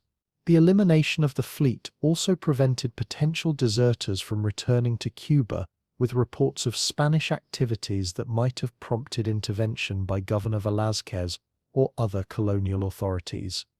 The Spanish march toward Tenochtitlan began in August 1519 with a combined force of approximately 400 Spanish soldiers and several thousand Totonac warriors, following indigenous trade routes that connected the coastal regions with the highland valleys of central Mexico. The logistical challenges of moving this army across difficult terrain required careful coordination between Spanish commanders and indigenous allies who possessed detailed knowledge of local conditions, water sources, and potential hazards.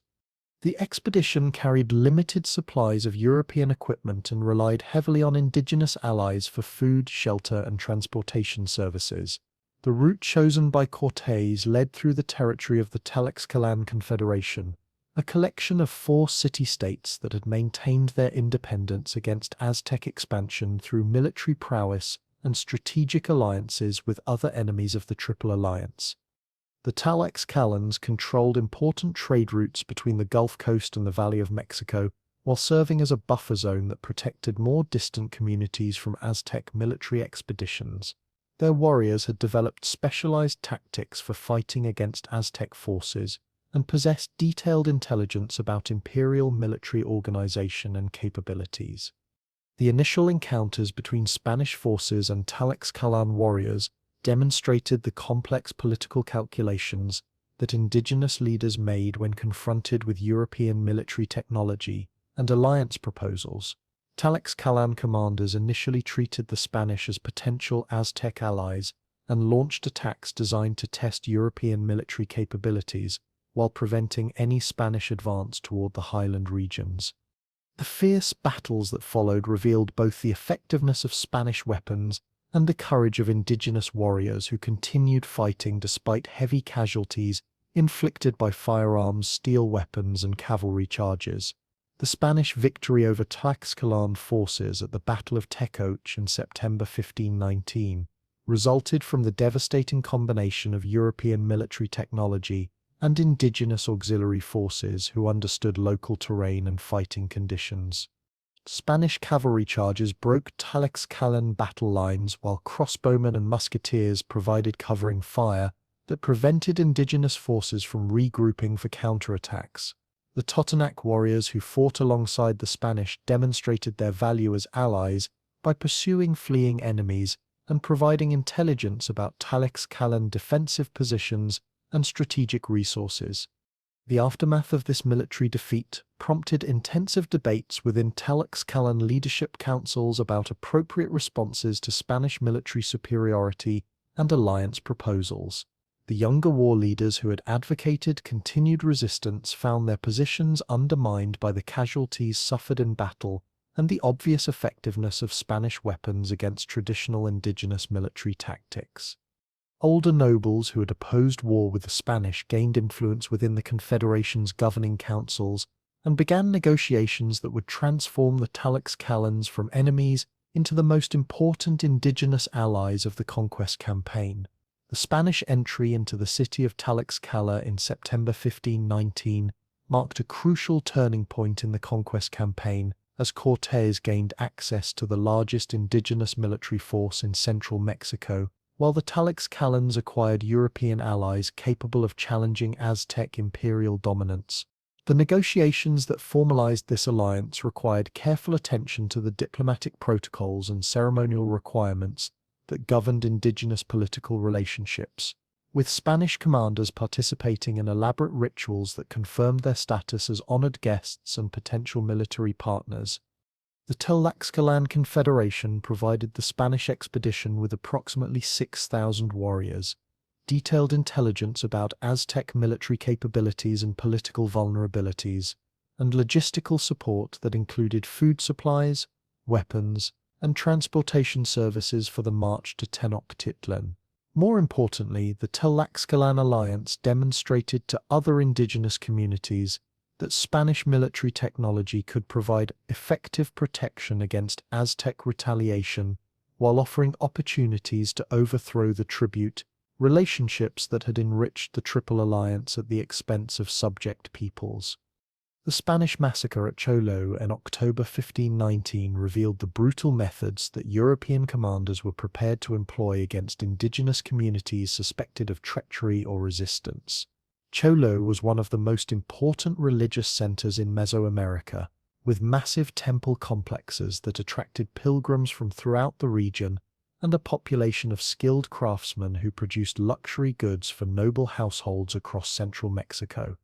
The city's rulers had submitted to Spanish authority and provided supplies for the expedition, but Cortés received warnings from Tlaxcalan allies and Malintzin that Chololan leaders were planning an ambush in coordination with Aztec forces. The preemptive attack ordered by Cortés resulted in the deaths of thousands of Chololan civilians and the destruction of major portions of the city, including several important temples that were demolished to provide materials for a Catholic church constructed on the site of the main pyramid. The massacre served as a demonstration of Spanish military capabilities, while warning other indigenous communities about the consequences of resistance or betrayal. The psychological impact of the Cholula massacre extended far beyond the immediate vicinity, as reports of Spanish brutality spread throughout central Mexico and influenced subsequent indigenous responses to European demands and alliance proposals. News of the Spanish advance toward Tenochtitlan reached Moctezuma II through the extensive intelligence networks that connected the imperial capital with distant provinces and allied city-states. The emperor's initial responses reflected the complex mixture of curiosity, apprehension, and religious speculation that characterized elite Aztec reactions to reports of European arrival and activities. The technological superiority demonstrated by Spanish forces, combined with their association with indigenous enemies of the empire, suggested that these foreigners represented a significant threat to imperial authority and territorial integrity. The gifts sent by Moctezuma II to the Spanish expedition included magnificent examples of Aztec craftsmanship designed to demonstrate imperial wealth and artistic sophistication while potentially satisfying European desires for precious materials. The treasure included elaborate featherwork headdresses, golden ornaments depicting Aztec deities, jade jewelry, and cotton textiles decorated with complex patterns that required years of skilled labor to complete. These diplomatic presents reflected traditional Mesoamerican practices of gift exchange between rulers, while attempting to establish peaceful relationships that might prevent military conflict. The Spanish reception of these gifts revealed fundamental misunderstandings about indigenous political systems and diplomatic protocols that would complicate subsequent negotiations between European and Aztec representatives. Spanish commanders interpreted the valuable presents as evidence of vast wealth awaiting conquest, rather than as diplomatic overtures requiring reciprocal gestures of respect and friendship. The European focus on the precious metals contained in Aztec gifts, combined with their dismissal of the artistic and religious significance of featherwork and textile components, demonstrated cultural incomprehension that made meaningful diplomatic resolution increasingly unlikely. The emperor's decision to receive the Spanish expedition in Tenochtitlan reflected complex calculations about military capabilities, religious obligations, and political necessities that remain subjects of historical debate. Moctezuma II possessed detailed intelligence about Spanish military technology and indigenous alliance systems, while also confronting the theological implications of prophecies concerning Quetzalcoatl's return and the potential divine nature of the European visitors. The emperor's religious training and ceremonial responsibilities required him to consider supernatural explanations for unprecedented events, while his political experience demanded realistic assessments of military threats and diplomatic opportunities.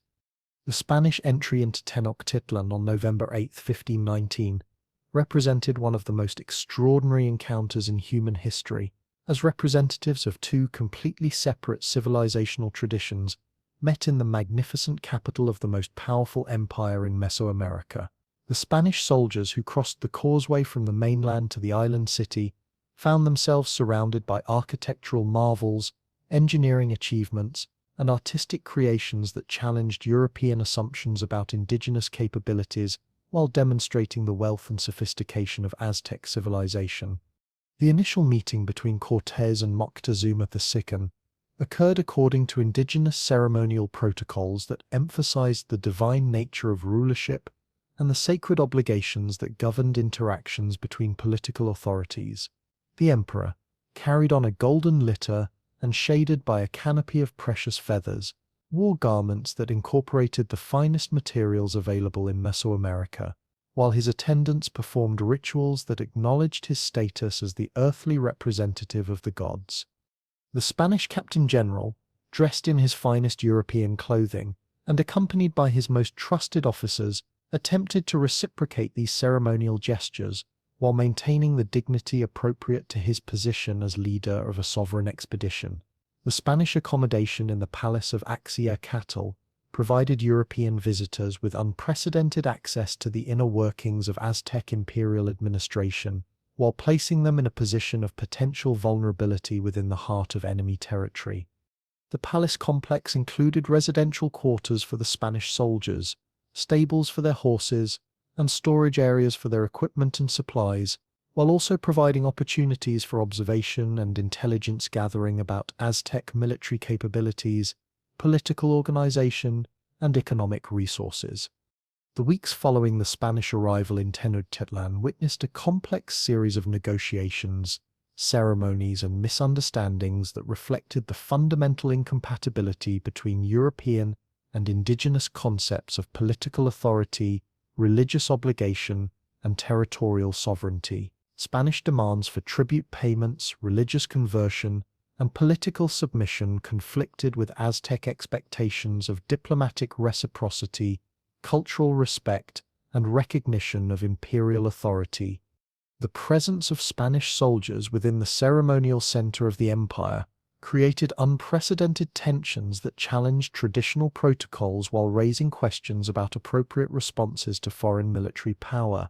The arrest of Moctezuma II by Spanish forces in November 1519 represented a desperate attempt by Cortés to maintain control over an increasingly dangerous situation through the manipulation of indigenous political institutions and religious beliefs. The seizure of the emperor violated fundamental principles of Aztec political theory, while demonstrating Spanish willingness to employ extreme measures to achieve their objectives. The emperor's captivity created a constitutional crisis within the imperial government while undermining the religious foundations of Aztec authority and territorial control. The massacre at the Templo Mayor during the Festival of Toxcalt in May 1520 marked the definitive breakdown of Spanish-Aztec relations and the beginning of the violent confrontation that would determine the fate of the empire. Pedro de Alvarado, left in command of Tenochtitlan, while Cortés dealt with a rival Spanish expedition on the coast, ordered his soldiers to attack Aztec nobles who were participating in traditional religious ceremonies within the main temple complex. The Spanish assault killed hundreds of unarmed participants, including many of the most important political and religious leaders in the empire, while desecrating the sacred spaces that formed the spiritual center of Aztec civilization. The indigenous uprising that followed the Templo Mayor massacre reflected the accumulated resentments and religious outrage that had been building since the Spanish arrival in the capital. Aztec warriors, coordinated by surviving members of the Imperial Council, launched coordinated attacks against Spanish positions while cutting the causeways that connected the island city to the mainland. The siege of the Spanish positions in Axiacatl's palace demonstrated indigenous capabilities for sustained military operations while revealing the vulnerability of European forces when deprived of their mobility and logistical advantages. The death of Moctezuma II during the uprising remains one of the most controversial events of the conquest period, with Spanish and indigenous sources providing conflicting accounts of the circumstances and responsibility for the emperor's demise. Spanish chronicles claimed that the emperor was killed by stones thrown by his own subjects when he attempted to address the crowd and restore order, while indigenous accounts suggested that Spanish soldiers murdered their captive when his usefulness as a puppet ruler had ended. The emperor's death eliminated any possibility of negotiated settlement, while creating a succession crisis that further destabilized imperial authority during the military confrontation. La Noche Triste, the Night of Sorrows of June 30, 1520, witnessed the Spanish retreat from Tenochtitlan under cover of darkness, as Cortés attempted to evacuate his forces before the Aztec siege could completely eliminate European military capabilities. The Spanish column, burdened with treasure looted from imperial palaces and temples, attempted to cross the western causeway while under constant attack from Aztec warriors in war canoes, who had anticipated the escape attempt. The retreat became a rout, as Spanish soldiers weighed down by gold and silver drowned in the lake, while indigenous allies were overwhelmed by superior numbers of enemy forces. The casualties suffered during La Noche Triste reduced Spanish military strength by more than half, while eliminating many of the indigenous allies who had provided crucial support for European operations throughout central Mexico. The survivors who reached the safety of Tlaxcalan territory faced the daunting prospect of rebuilding their forces while confronting an emboldened Aztec Empire that had demonstrated its capacity to defeat European military technology through coordinated resistance and superior numbers. The treasure that had motivated Spanish participation in the conquest enterprise now lay scattered across the lake bottom, while the indigenous allies who had provided crucial intelligence and logistical support questioned their commitment to a cause that appeared increasingly hopeless. The succession of Cuauhtémoc to the position of Huitzilopochtli in early 1521 marked a fundamental transformation in Aztec leadership philosophy and military strategy during the empire's final crisis. Unlike his predecessors who had attempted to accommodate Spanish demands through negotiation and compromise, Cuauhtémoc represented the militant faction within the imperial nobility that advocated total war against the European invaders and their indigenous allies. Born around 1495, the new emperor was approximately 26 years old when he assumed power, making him the youngest ruler in Aztec history, and a leader whose entire adult experience had been shaped by the crisis of foreign invasion and imperial collapse. Cuauhtémoc's elevation to supreme authority occurred through the traditional electoral process conducted by the Imperial Council, but the circumstances surrounding his selection reflected the desperate military situation facing the empire. The devastating epidemic of smallpox that had swept through central Mexico during 1520 and early 1521 had killed enormous numbers of indigenous people, including Cuauhtémoc, Moctezuma II's successor, who had ruled for only 80 days before succumbing to the disease. The epidemic had also eliminated many of the experienced administrators, military commanders, and religious leaders who normally would have provided continuity during dynastic transitions. The new emperor's first priority involved reorganizing the empire's military forces to confront the Spanish threat more effectively than his predecessors had managed. Cuauhtémoc possessed extensive battlefield experience from campaigns against Tlaxcalan forces and other enemies of the Triple Alliance, while his youth and energy enabled him to maintain the grueling schedule of military planning, diplomatic negotiations, and religious ceremonies required during wartime. His elevation to power coincided with the arrival of reinforcements from throughout the empire as tributary communities responded to imperial summons despite the disruptions caused by epidemic disease and military mobilization. The emperor's military strategy emphasized the advantages that indigenous forces possessed in the unique environment of the Valley of Mexico, particularly their superior knowledge of local terrain and their ability to coordinate operations across the complex system of lakes, islands, and causeways that characterized the region.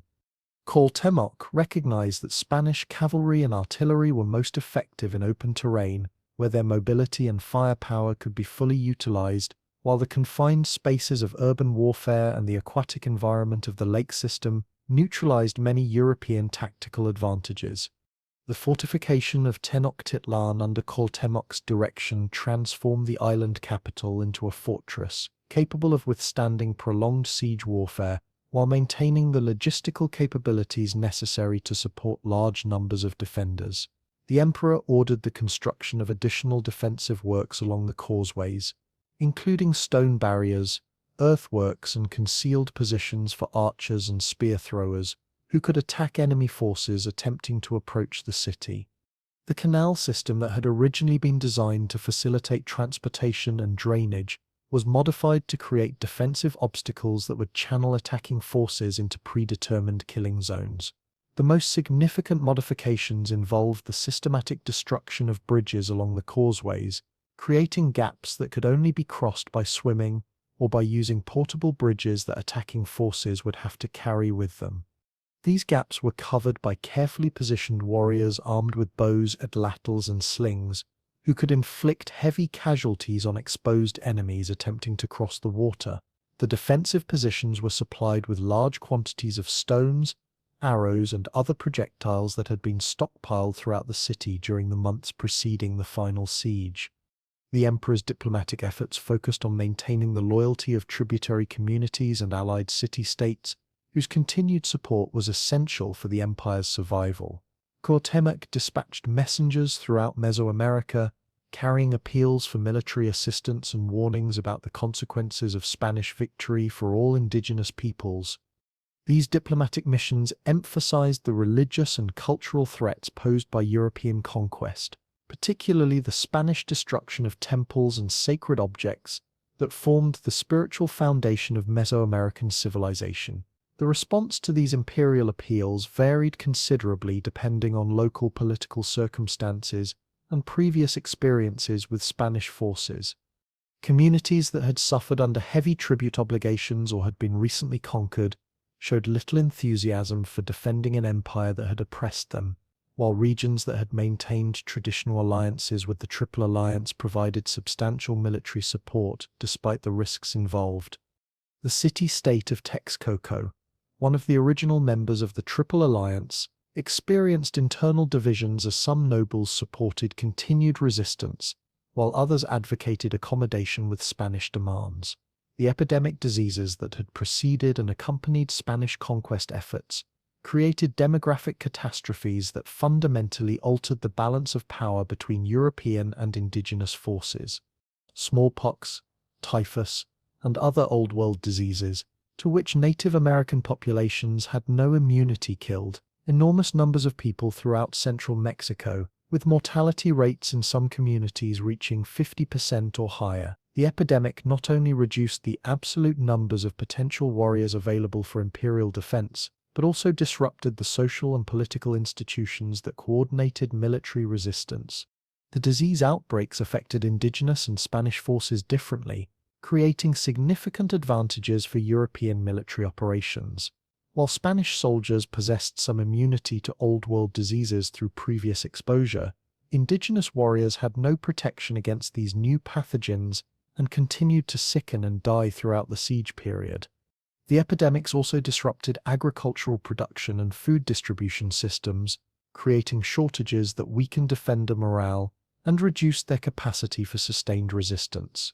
Cuauhtémoc's efforts to maintain fighting effectiveness, despite these demographic losses, required innovative approaches to military organization and recruitment.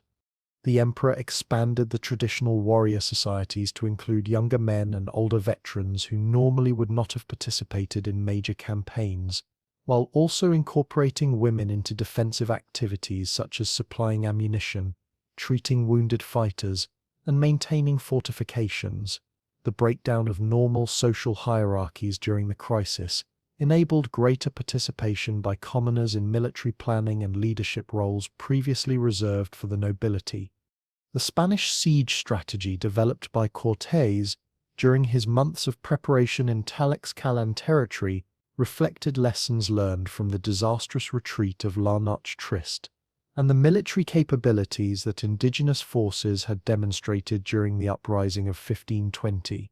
The Spanish commander recognized that direct assault against Tenochtitlan's fortifications would result in prohibitive casualties while failing to achieve decisive results, making it necessary to develop alternative approaches that could exploit European technological advantages while minimizing indigenous defensive strengths.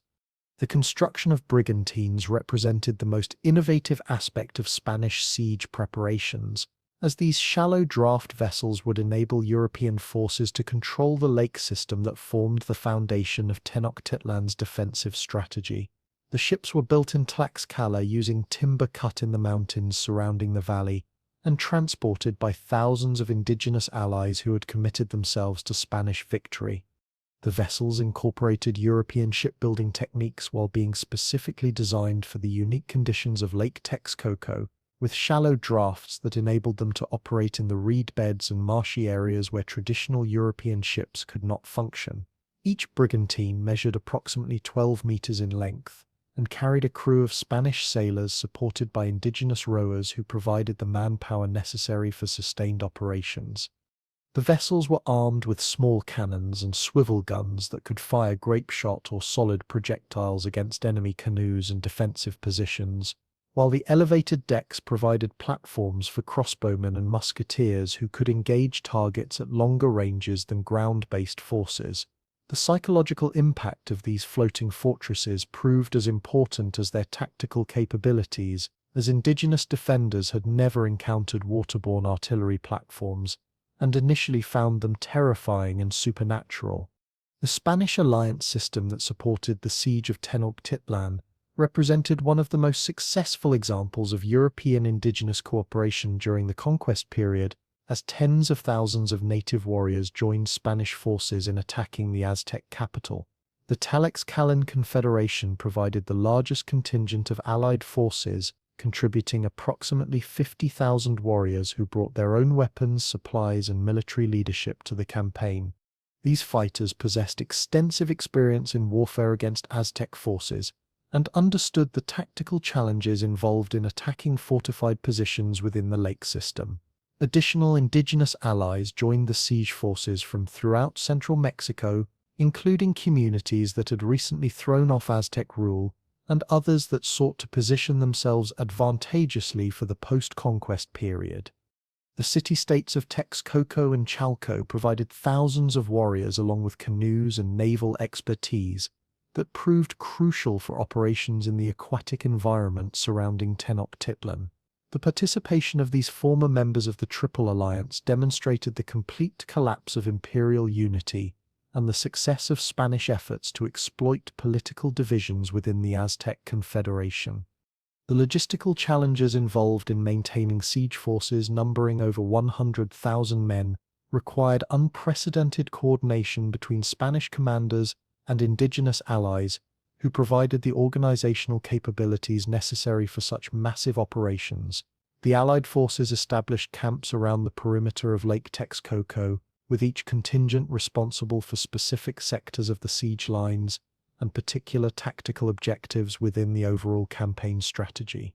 Supply lines stretching back to Tlaxcala and other Allied territories provided food, weapons, and replacement personnel for forces that suffered casualties during the prolonged siege operations. The siege of Tenochtitlan began in earnest during May 1521, with coordinated attacks against the causeways that connected the island capital to the mainland. Spanish forces, supported by their indigenous allies, launched simultaneous assaults against the northern, western, and southern approaches to the city, while the brigantines established control over the lake waters that had previously provided security for the Aztec defenders. The initial phases of the siege focused on capturing and holding positions along the causeways that would enable the attackers to advance gradually toward the city center. The fighting along the causeways proved exceptionally brutal and costly for both sides, as the confined spaces prevented the effective use of Spanish cavalry while enabling Aztec defenders to concentrate their missile fire against exposed attacking forces. The stone barriers and earthworks constructed by Cuauhtémoc's engineers channeled Spanish advances into predetermined killing zones, where crossbow bolts and arquebus balls provided limited advantages against indigenous warriors fighting from prepared positions. The gaps created by destroyed bridges forced Spanish soldiers to expose themselves while attempting to cross water obstacles under constant fire from concealed defenders. The Spanish capture of Zuluco, a fortified position controlling the southern causeway, provided the attackers with their first major tactical success and demonstrated the effectiveness of coordinated operations involving European technology and indigenous allies.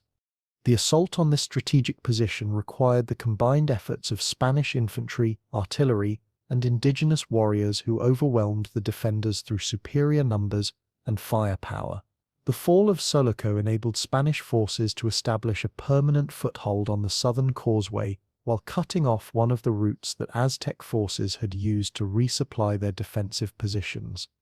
The systematic destruction of Tenochtitlan's urban infrastructure became a central component of Spanish siege strategy, as Cortés recognized that the city's complex architecture and engineering systems provided numerous advantages for the defenders. The Spanish commander ordered the demolition of buildings, temples, and other structures that could serve as defensive positions or provide cover for Aztec warriors, while also destroying the aqueducts and canal systems that supplied fresh water to the city's population. This scorched earth approach created significant hardships for the civilian population, while reducing the tactical advantages that indigenous forces derived from their intimate knowledge of urban terrain. The destruction of Aztec temples and religious monuments served both tactical and ideological purposes within Spanish siege strategy, as these structures provided elevated positions for defenders, while also representing the spiritual foundation of indigenous resistance. Spanish soldiers systematically demolished pyramid temples throughout the city, using the stone blocks to fill canals and create roadways that enabled the movement of artillery and supplies. The destruction of religious sites also fulfilled Spanish obligations to eliminate what they considered idolatrous practices, while demonstrating European power to indigenous observers throughout the region. The Spanish burning of codices and other written materials represented one of the most devastating cultural losses of the conquest period, as these pictographic documents contained centuries of accumulated knowledge about Aztec history, religion, science, and administration. Spanish soldiers and their indigenous allies destroyed thousands of bark paper books during their advance through the city, viewing these materials as instruments of diabolic influence that needed to be eliminated to ensure complete victory over indigenous culture. The loss of these irreplaceable documents created gaps in historical knowledge that continue to limit modern understanding of pre-Columbian Mesoamerican civilization. The siege's impact on Tenochtitlan's civilian population created humanitarian disasters that influenced the course of military operations and the ultimate outcome of the campaign. The Spanish blockade of the city prevented the importation of food supplies from the mainland, while the destruction of chinampas and other agricultural facilities within the urban area eliminated local food production. The combination of military action and epidemic disease created conditions of extreme hardship for non-combatants who found themselves trapped within the besieged city without adequate supplies of food, water, or medical care.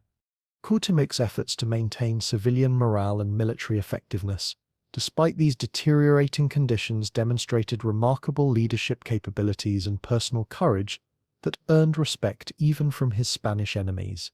The emperor continued to appear in public ceremonies and military planning sessions despite the obvious dangers involved, while also participating directly in combat operations that exposed him to the same risks faced by ordinary warriors. His visible presence during the most difficult phases of the siege provided psychological support for defenders who might otherwise have lost hope in the face of overwhelming odds.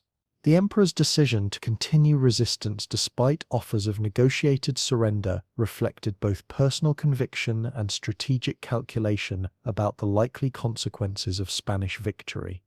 Cuauhtémoc understood from previous Spanish actions that submission would not necessarily protect indigenous populations from violence, exploitation, or cultural destruction, making continued resistance appear preferable to surrender, even under desperate circumstances. The emperor's determination to fight to the end also reflected traditional Aztec concepts of honor and duty that required rulers to sacrifice themselves for their people's welfare.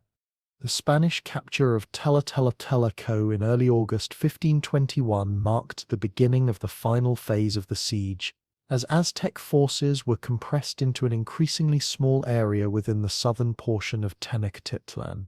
The fall of the great market center eliminated one of the last sources of supplies for the defenders while providing Spanish forces with a secure base for launching final assaults against the remaining Aztec positions.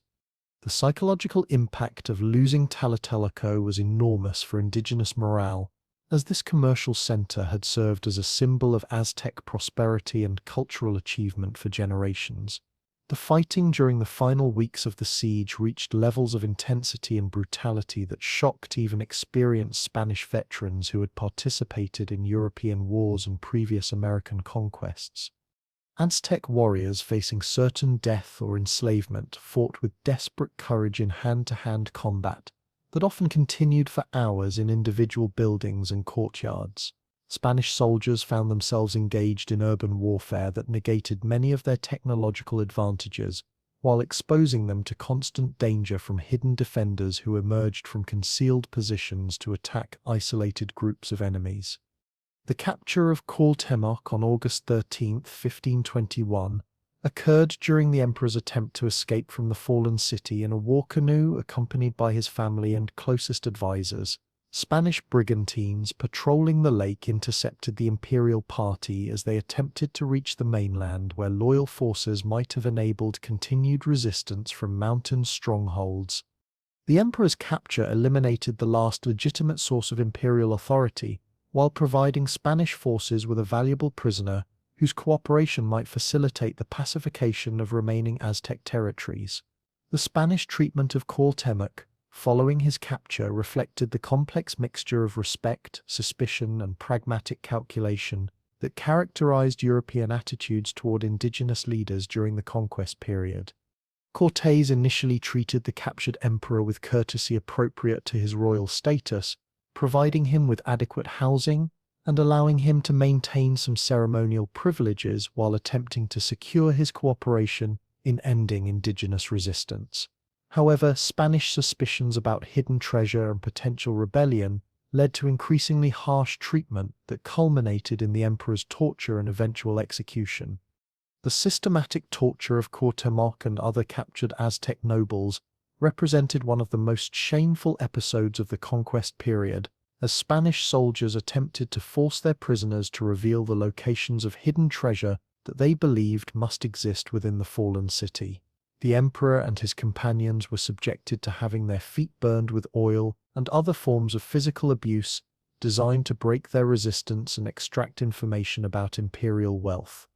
These brutal interrogations failed to produce significant additional treasure, while demonstrating Spanish willingness to employ extreme violence against even the highest-ranking indigenous prisoners. The execution of Cuauhtémoc in 1525 during Cortés's expedition to Honduras eliminated the last legitimate claimant to Aztec imperial authority while sending a clear message to indigenous populations throughout Mesoamerica about the consequences of continued resistance to Spanish rule. The emperor was hanged along with other Aztec nobles on charges of plotting rebellion against Spanish authority, though the evidence for such conspiracy remains questionable and may have been fabricated to justify the elimination of potential sources of indigenous leadership. The death of Cuauhtémoc marked the definitive end of the Aztec Empire and the beginning of the colonial period that would transform Mesoamerican society over the following 3 centuries. The establishment of Spanish colonial administration in the former Aztec territories required the creation of new governmental institutions that could manage the complex challenges of ruling diverse indigenous populations while extracting maximum economic benefit for Spanish colonists and the crown. The encomienda system granted Spanish colonists the right to collect tribute and labor from specific indigenous communities in exchange for providing protection and religious instruction, though in practice, this arrangement often resembled slavery and resulted in severe exploitation of native populations. The Spanish colonial government also established new legal codes, administrative procedures, and religious institutions that systematically replaced indigenous systems of governance and cultural practice. The transformation of Tenochtitlan into Mexico City began immediately following the Spanish conquest, as Hernán Cortés recognized the strategic advantages of maintaining the former Aztec capital as the center of colonial administration. The island city's location at the heart of the Valley of Mexico's transportation networks, its access to abundant fresh water through the existing aqueduct systems, and its symbolic importance as the seat of indigenous imperial power made it the logical choice for the vice-regal capital. However, the extensive destruction caused during the siege required massive reconstruction efforts that would fundamentally alter the urban landscape, while incorporating Spanish architectural styles and urban planning principles into the framework of the pre-existing Aztec city. The establishment of the Viceroyalty of New Spain in 1535 formalized the administrative structure that would govern the former Aztec territories for the next 3 centuries. Viceroy Antonio de Mendoza arrived in Mexico City with comprehensive instructions from the Spanish crown regarding the organization of colonial government, the extraction of wealth from indigenous populations, and the implementation of Catholic evangelization programs designed to eliminate pre-Columbian religious practices. The viceregal palace was constructed on the site of Moctezuma II's former residence, symbolically asserting Spanish authority over the physical and political spaces that had once housed Aztec imperial power. The Spanish colonial administration built upon many of the administrative innovations that had enabled the Aztec Empire to govern diverse populations across vast territories. The tribute collection systems developed by Aztec bureaucrats were adapted to serve Spanish colonial needs, with indigenous communities required to deliver specified quantities of goods and labor to colonial authorities, according to schedules that resembled pre-conquest obligations. The Calpulli system of neighborhood organization was maintained but modified to facilitate Spanish control, with indigenous leaders serving as intermediaries between colonial administrators and native communities, while losing much of their traditional autonomy and authority. The encomienda, grants that distributed indigenous communities among Spanish colonists, represented a fundamental transformation of the tribute relationships that had characterized the Aztec Empire. Unlike the Aztec system, which had allowed conquered peoples to maintain their traditional rulers and cultural practices while meeting imperial tribute obligations, the encomienda system placed indigenous communities under the direct control of Spanish encomenderos, who possessed extensive powers over their assigned populations. These colonial grants included the right to collect tribute, demand labor services, and oversee the religious instruction of indigenous peoples, creating opportunities for exploitation that often exceeded the burdens imposed by pre-conquest imperial administration. The survival of Nahuatl as a spoken language throughout central Mexico demonstrated the resilience of indigenous cultural traditions, despite the devastating impacts of conquest and colonization. Spanish colonial authorities initially encouraged the use of Nahuatl as a lingua franca for communication with diverse indigenous populations, leading to the development of standardized writing systems that enabled the production of Christian texts, legal documents, and administrative records in the native language. Franciscan missionaries like Bernardino de Sahagún worked with indigenous scholars to create comprehensive dictionaries and grammars that preserved detailed knowledge of pre-conquest Nahuatl literature, historical traditions, and religious practices. The persistence of Nahuatl-speaking communities throughout the colonial period enabled the transmission of cultural knowledge that had survived the destruction of pictographic codices and the suppression of traditional religious ceremonies. Indigenous families continued to pass down oral traditions that preserved memories of pre-conquest history, mythology, and social customs, while also adapting these cultural elements to accommodate the requirements of Spanish colonial rule and Catholic religious practice. The language itself evolved to incorporate Spanish loanwords and grammatical structures, while maintaining its essential character as the primary means of communication for millions of indigenous people. Agricultural practices developed during the Aztec period continued to form the foundation of food production throughout central Mexico, though Spanish colonization introduced new crops, animals, and farming techniques that significantly altered traditional agricultural systems. The Chinampa farming method, pioneered in the lakes surrounding Tenochtitlan, remained in use throughout the colonial period, providing fresh vegetables and flowers for Mexico City's growing population, while demonstrating the continued effectiveness of indigenous agricultural innovations. Spanish colonists recognized the productivity advantages of Chinampas and incorporated these artificial islands into colonial agricultural systems, though the introduction of European crops and farming methods gradually modified traditional cultivation practices. The introduction of European domesticated animals, particularly cattle, horses, and pigs, created new opportunities for indigenous farmers, while also disrupting traditional agricultural systems that had been optimized for crops rather than livestock.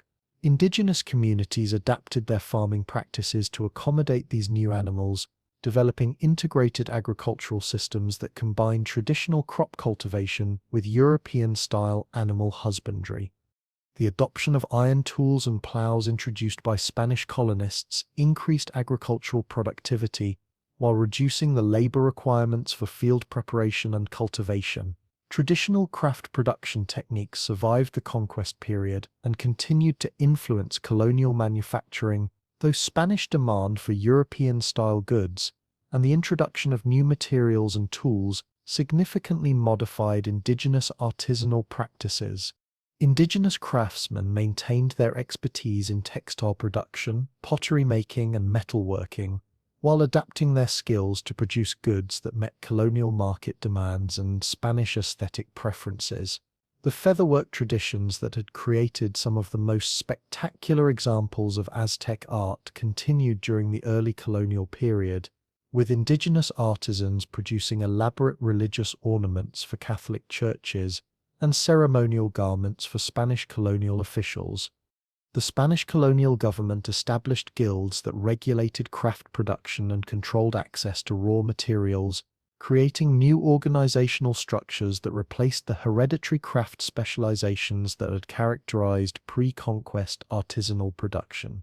Indigenous craftsmen were required to obtain licenses and follow Spanish regulations regarding product quality, pricing, and distribution, while also competing with Spanish artisans who possessed advantages in accessing imported materials and serving elite colonial markets. Despite these challenges, indigenous craft traditions persisted and evolved, incorporating European techniques and materials while maintaining distinctive aesthetic characteristics that reflected pre-conquest cultural values. Religious syncretism represented one of the most complex and enduring aspects of cultural adaptation following the Spanish conquest, as indigenous populations developed innovative approaches to reconciling traditional spiritual practices with the requirements of Catholic orthodoxy. The Virgin of Guadalupe, whose apparition to the indigenous peasant Juan Diego in 1531 occurred at the site of a former temple dedicated to the Aztec goddess Tenochtitlan, became the most prominent example of this religious fusion. The cult of Guadalupe incorporated indigenous symbolic elements, including the goddess's brown skin, her association with flowers and natural fertility, and her appearance to an indigenous rather than Spanish recipient, while conforming to Catholic theological requirements regarding divine revelation and miraculous intervention. Indigenous communities throughout central Mexico developed similar syncretic religious practices that preserved elements of pre-conquest spiritual traditions within the framework of Catholic worship. Traditional deities were reinterpreted as Christian saints with similar attributes and responsibilities, while indigenous ceremonies were modified to incorporate Catholic rituals and symbols. The construction of Catholic churches on the sites of former Aztec temples created physical continuities that enabled indigenous populations to maintain spiritual connections to sacred locations while participating in Christian religious observances. The preservation of indigenous religious practices required careful negotiation between native communities and Spanish colonial authorities who were committed to eliminating what they considered idolatrous and diabolic traditions. Indigenous religious leaders developed sophisticated strategies for maintaining traditional spiritual practices while avoiding persecution by colonial officials, including the creation of hidden shrines, the use of coded symbols in Christian art, and the development of dual religious systems that operated simultaneously within indigenous communities. These adaptive strategies enabled the survival of core elements of pre-conquest religious traditions, while demonstrating the flexibility and resilience of indigenous cultural systems. The rediscovery of Aztec archaeological sites began during the late colonial period, but accelerated dramatically following Mexican independence, as scholars and government officials sought to establish national cultural identities that incorporated pre-Columbian heritage. The accidental discovery of the Coatlicue statue in 1790 during construction work in Mexico City's main plaza provided the first major example of monumental Aztec sculpture to receive scholarly attention. Though colonial authorities initially ordered the statue reburied due to concerns about its potential impact on indigenous religious practices, the calendar stone discovered during the same construction project attracted international attention and became one of the most recognizable symbols of pre-Columbian Mesoamerican achievement. Systematic archaeological investigation of Aztec sites began during the 19th century as Mexican scholars and international researchers developed scientific approaches to studying pre-Columbian civilizations. The work of scholars like Antonio Garcia Cubas and Francisco del Paso y Troncoso established methodological foundations for archaeological research, while creating comprehensive catalogues of Aztec artifacts and architectural remains. These early investigations focused primarily on monumental architecture and spectacular artifacts, though they also began the process of documenting the complex urban systems and engineering achievements that had characterized the Aztec capital. The excavation of the Templo Mayor, beginning with limited investigations in the early 20th century, and culminating in the comprehensive archaeological project initiated in 1978, revolutionized understanding of Aztec religious practices, urban development, and imperial administration. The discovery of the Coyolxauhqui stone in 1978 during utility construction work in downtown Mexico City prompted the Mexican government to authorize extensive excavations that revealed multiple construction phases of the Great Temple, along with thousands of artifacts that provided detailed information about Aztec ritual practices, trade relationships, and artistic achievements. The Temple Mayor excavations uncovered evidence of the elaborate offering ceremonies that had accompanied each phase of the temple's construction, with caches containing thousands of objects including jade ornaments, obsidian knives, coral shells, and the remains of sacrificial victims from throughout Mesoamerica. These archaeological discoveries confirmed many of the descriptions found in Spanish colonial sources, while also revealing aspects of Aztec religious practice that had not been documented in written records. The project established new standards for urban archaeology, while demonstrating the potential for recovering detailed information about pre-Columbian civilizations through systematic scientific investigation. Ongoing archaeological research in Mexico City continues to reveal new information about Aztec urban planning, engineering systems, and daily life, through excavations conducted during construction projects and dedicated research initiatives. The discovery of additional temple structures, residential compounds, and specialized workshops has provided comprehensive information about the organization of the Aztec capital, while also revealing the extent to which modern Mexico City overlies the remains of Tenochtitlan. Ground-penetrating radar and other non-invasive archaeological techniques have enabled researchers to map buried structures without extensive excavation, creating detailed plans of the pre-conquest city that inform both scholarly research and urban planning decisions. The influence of Aztec civilization on Mexican national identity became particularly pronounced following the Mexican Revolution of 1910, as political leaders sought to create unifying cultural symbols that could transcend regional and class divisions while distinguishing Mexican identity from European colonial heritage. The adoption of the Aztec eagle and serpent symbol as the central element of the Mexican flag represented the most visible expression of this cultural nationalism, while government-sponsored art projects incorporated Aztec themes and motifs into public buildings, monuments, and educational materials designed to promote national unity and cultural pride. The muralist movement, led by artists like Diego Rivera, José Clemente Orozco, and David Alfaro Siqueiros, created powerful visual narratives that portrayed Aztec civilization, the foundation of Mexican national identity, while criticizing Spanish colonialism and its continuing social and economic impacts. These monumental artworks, displayed in prominent public buildings throughout Mexico, presented idealized versions of pre-Columbian life that emphasized indigenous achievements in agriculture, architecture, and social organization, while portraying the Spanish conquest as a traumatic interruption of natural cultural development. The muralists' work influenced popular understanding of Mexican history, while establishing artistic traditions that continue to shape contemporary Mexican cultural expression. Educational reforms implemented during the 20th century incorporated comprehensive instruction about pre-Columbian civilizations into Mexican school curricula, ensuring that successive generations of students learned about Aztec achievements in mathematics, astronomy, engineering, and artistic production. These educational initiatives sought to counter the negative stereotypes about indigenous peoples that had been promoted during the colonial period, while fostering appreciation for the sophisticated cultural traditions that had characterized pre-conquest Mesoamerica. The inclusion of Nahuatl language instruction in some school systems reflected broader efforts to preserve and revitalize indigenous cultural traditions within the framework of modern Mexican national identity. Contemporary indigenous rights movements throughout Mexico have drawn inspiration from Aztec political and cultural traditions, while advocating for the recognition of indigenous land rights, cultural autonomy, and political representation.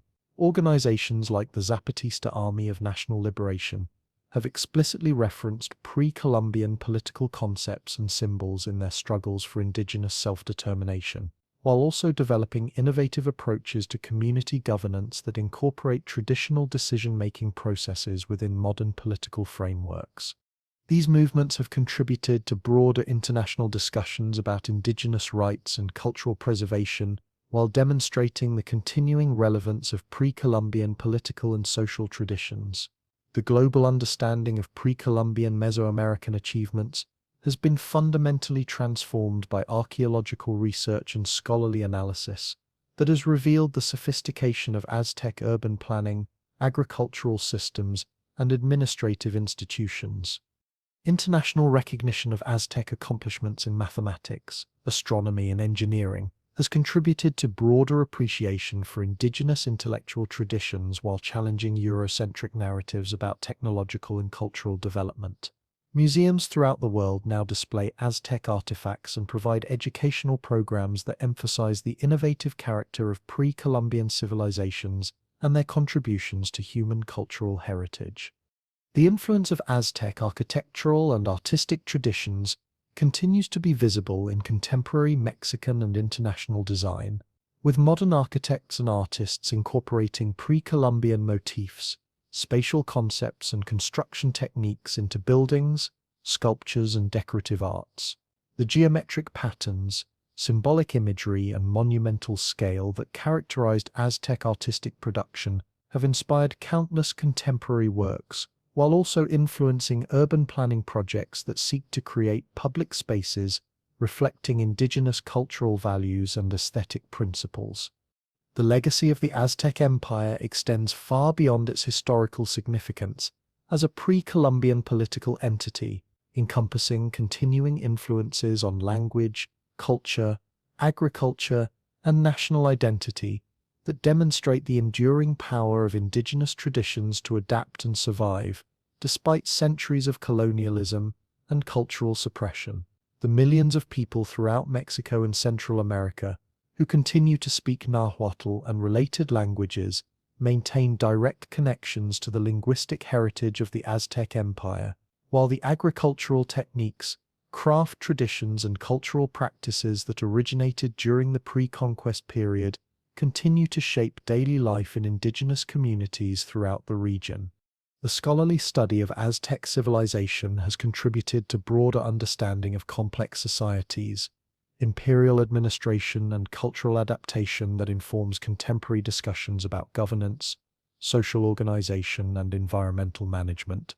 The sophisticated agricultural systems developed by Aztec farmers, particularly the Chinampa cultivation method, have attracted attention from modern agricultural researchers seeking sustainable approaches to food production in urban environments and challenging ecological conditions. The administrative innovations that enabled the Aztec Empire to govern diverse populations across vast territories provide valuable insights for contemporary political scientists and administrators grappling with similar challenges in multicultural societies. The tragic destruction of Aztec civilization during the Spanish conquest represents one of history's most dramatic examples of cultural collision and imperial expansion, while the survival and adaptation of indigenous traditions demonstrates the resilience of human societies confronting overwhelming challenges. The complex legacy of the Aztec Empire continues to influence contemporary Mexico and the broader world through its contributions to art, architecture, agriculture, and political thought, ensuring that this remarkable civilization remains a vital part of human cultural heritage despite the catastrophic disruption of Spanish colonization. The ongoing archaeological investigation of Aztec sites, the preservation of indigenous languages and cultural practices, and the incorporation of pre-Columbian themes into contemporary art and politics demonstrate that the legacy of Tenochtitlan and its empire continues to shape human society more than 5 centuries after Cuauhtémoc's final defeat.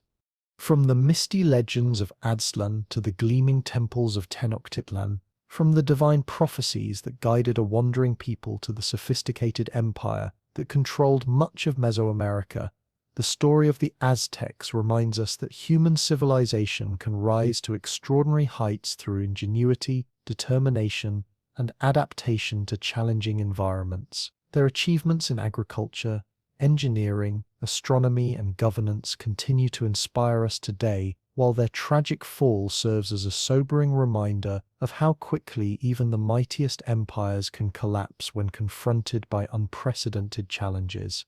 The Aztec Empire was more than just another ancient civilization. It was a testament to human potential, a demonstration of what can be accomplished when people unite around shared beliefs and common purposes. Their floating gardens fed millions, their temples reached toward the heavens, their artisans created beauty that still takes our breath away, and their scholars mapped the movements of stars with remarkable precision. Yet perhaps the most remarkable aspect of the Aztec story is not their rise to power or even their tragic fall, but the way their legacy has endured and evolved throughout the centuries that followed. In every tortilla made from maize, in every Day of the Dead celebration, in every piece of Mexican art that incorporates pre-Columbian motifs, in every Nahuatl word still spoken today, the spirit of the Aztec Empire lives on. Their story challenges us to think differently about what we call civilization, and reminds us that human brilliance and creativity have flourished in every corner of our planet. The Aztecs built one of the most sophisticated urban centers the world had ever seen on what seemed like impossible terrain. They created agricultural systems that fed massive populations without destroying their environment. They developed political institutions that governed millions of diverse peoples across vast distances. Make sure to subscribe to Simply About Earth if you haven't already. We're just getting started on this incredible journey through human history, and there are so many more amazing civilizations and forgotten stories waiting to be rediscovered. From the builders of Angkor Wat to the navigators of Polynesia, from the merchants of the Silk Road to the scholars of Timbuktu, Our planet is filled with remarkable tales of human achievement that deserve to be remembered and celebrated. The story of the Aztec Empire is ultimately a story about us, about our capacity for greatness and our vulnerability to forces beyond our control, about the importance of preserving cultural knowledge and the tragic consequences when entire civilizations are lost to conquest and disease. It's a reminder that every culture has something valuable to contribute to the human story, and that we lose something irreplaceable whenever a language dies, a tradition is forgotten, or a way of life disappears forever. As we face our own global challenges in the 21st century, from climate change to cultural conflicts to the preservation of indigenous knowledge, the Aztec experience offers both inspiration and warning. Their remarkable achievements show us what's possible when human societies work in harmony with their environment and develop sustainable ways of life, while their tragic destruction reminds us how quickly everything can change when worlds collide. The eagle and the serpent, locked in eternal struggle on that small island in Lake Texcoco, became the symbol not just of an empire but of the eternal human struggle between aspiration and reality, between the heights we can reach and the depths to which we can fall. That symbol adorns the Mexican flag today, a reminder that the spirit of Tenochtitlan, the spirit of a people who dared to build a magnificent city on an impossible island, continues to inspire and guide us.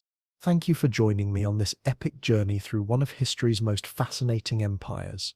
The story of the Aztecs is our story too, a testament to human creativity, resilience, and the eternal quest for meaning in an uncertain world. Until next time, this is Simply About Earth, reminding you that every place on our planet has a story worth telling, and every culture has lessons worth learning.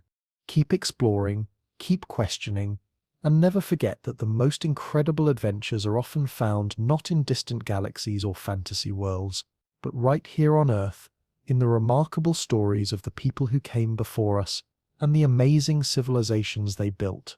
The universe is vast and full of wonders, but so is our own planet, and we've barely begun to uncover all its secrets.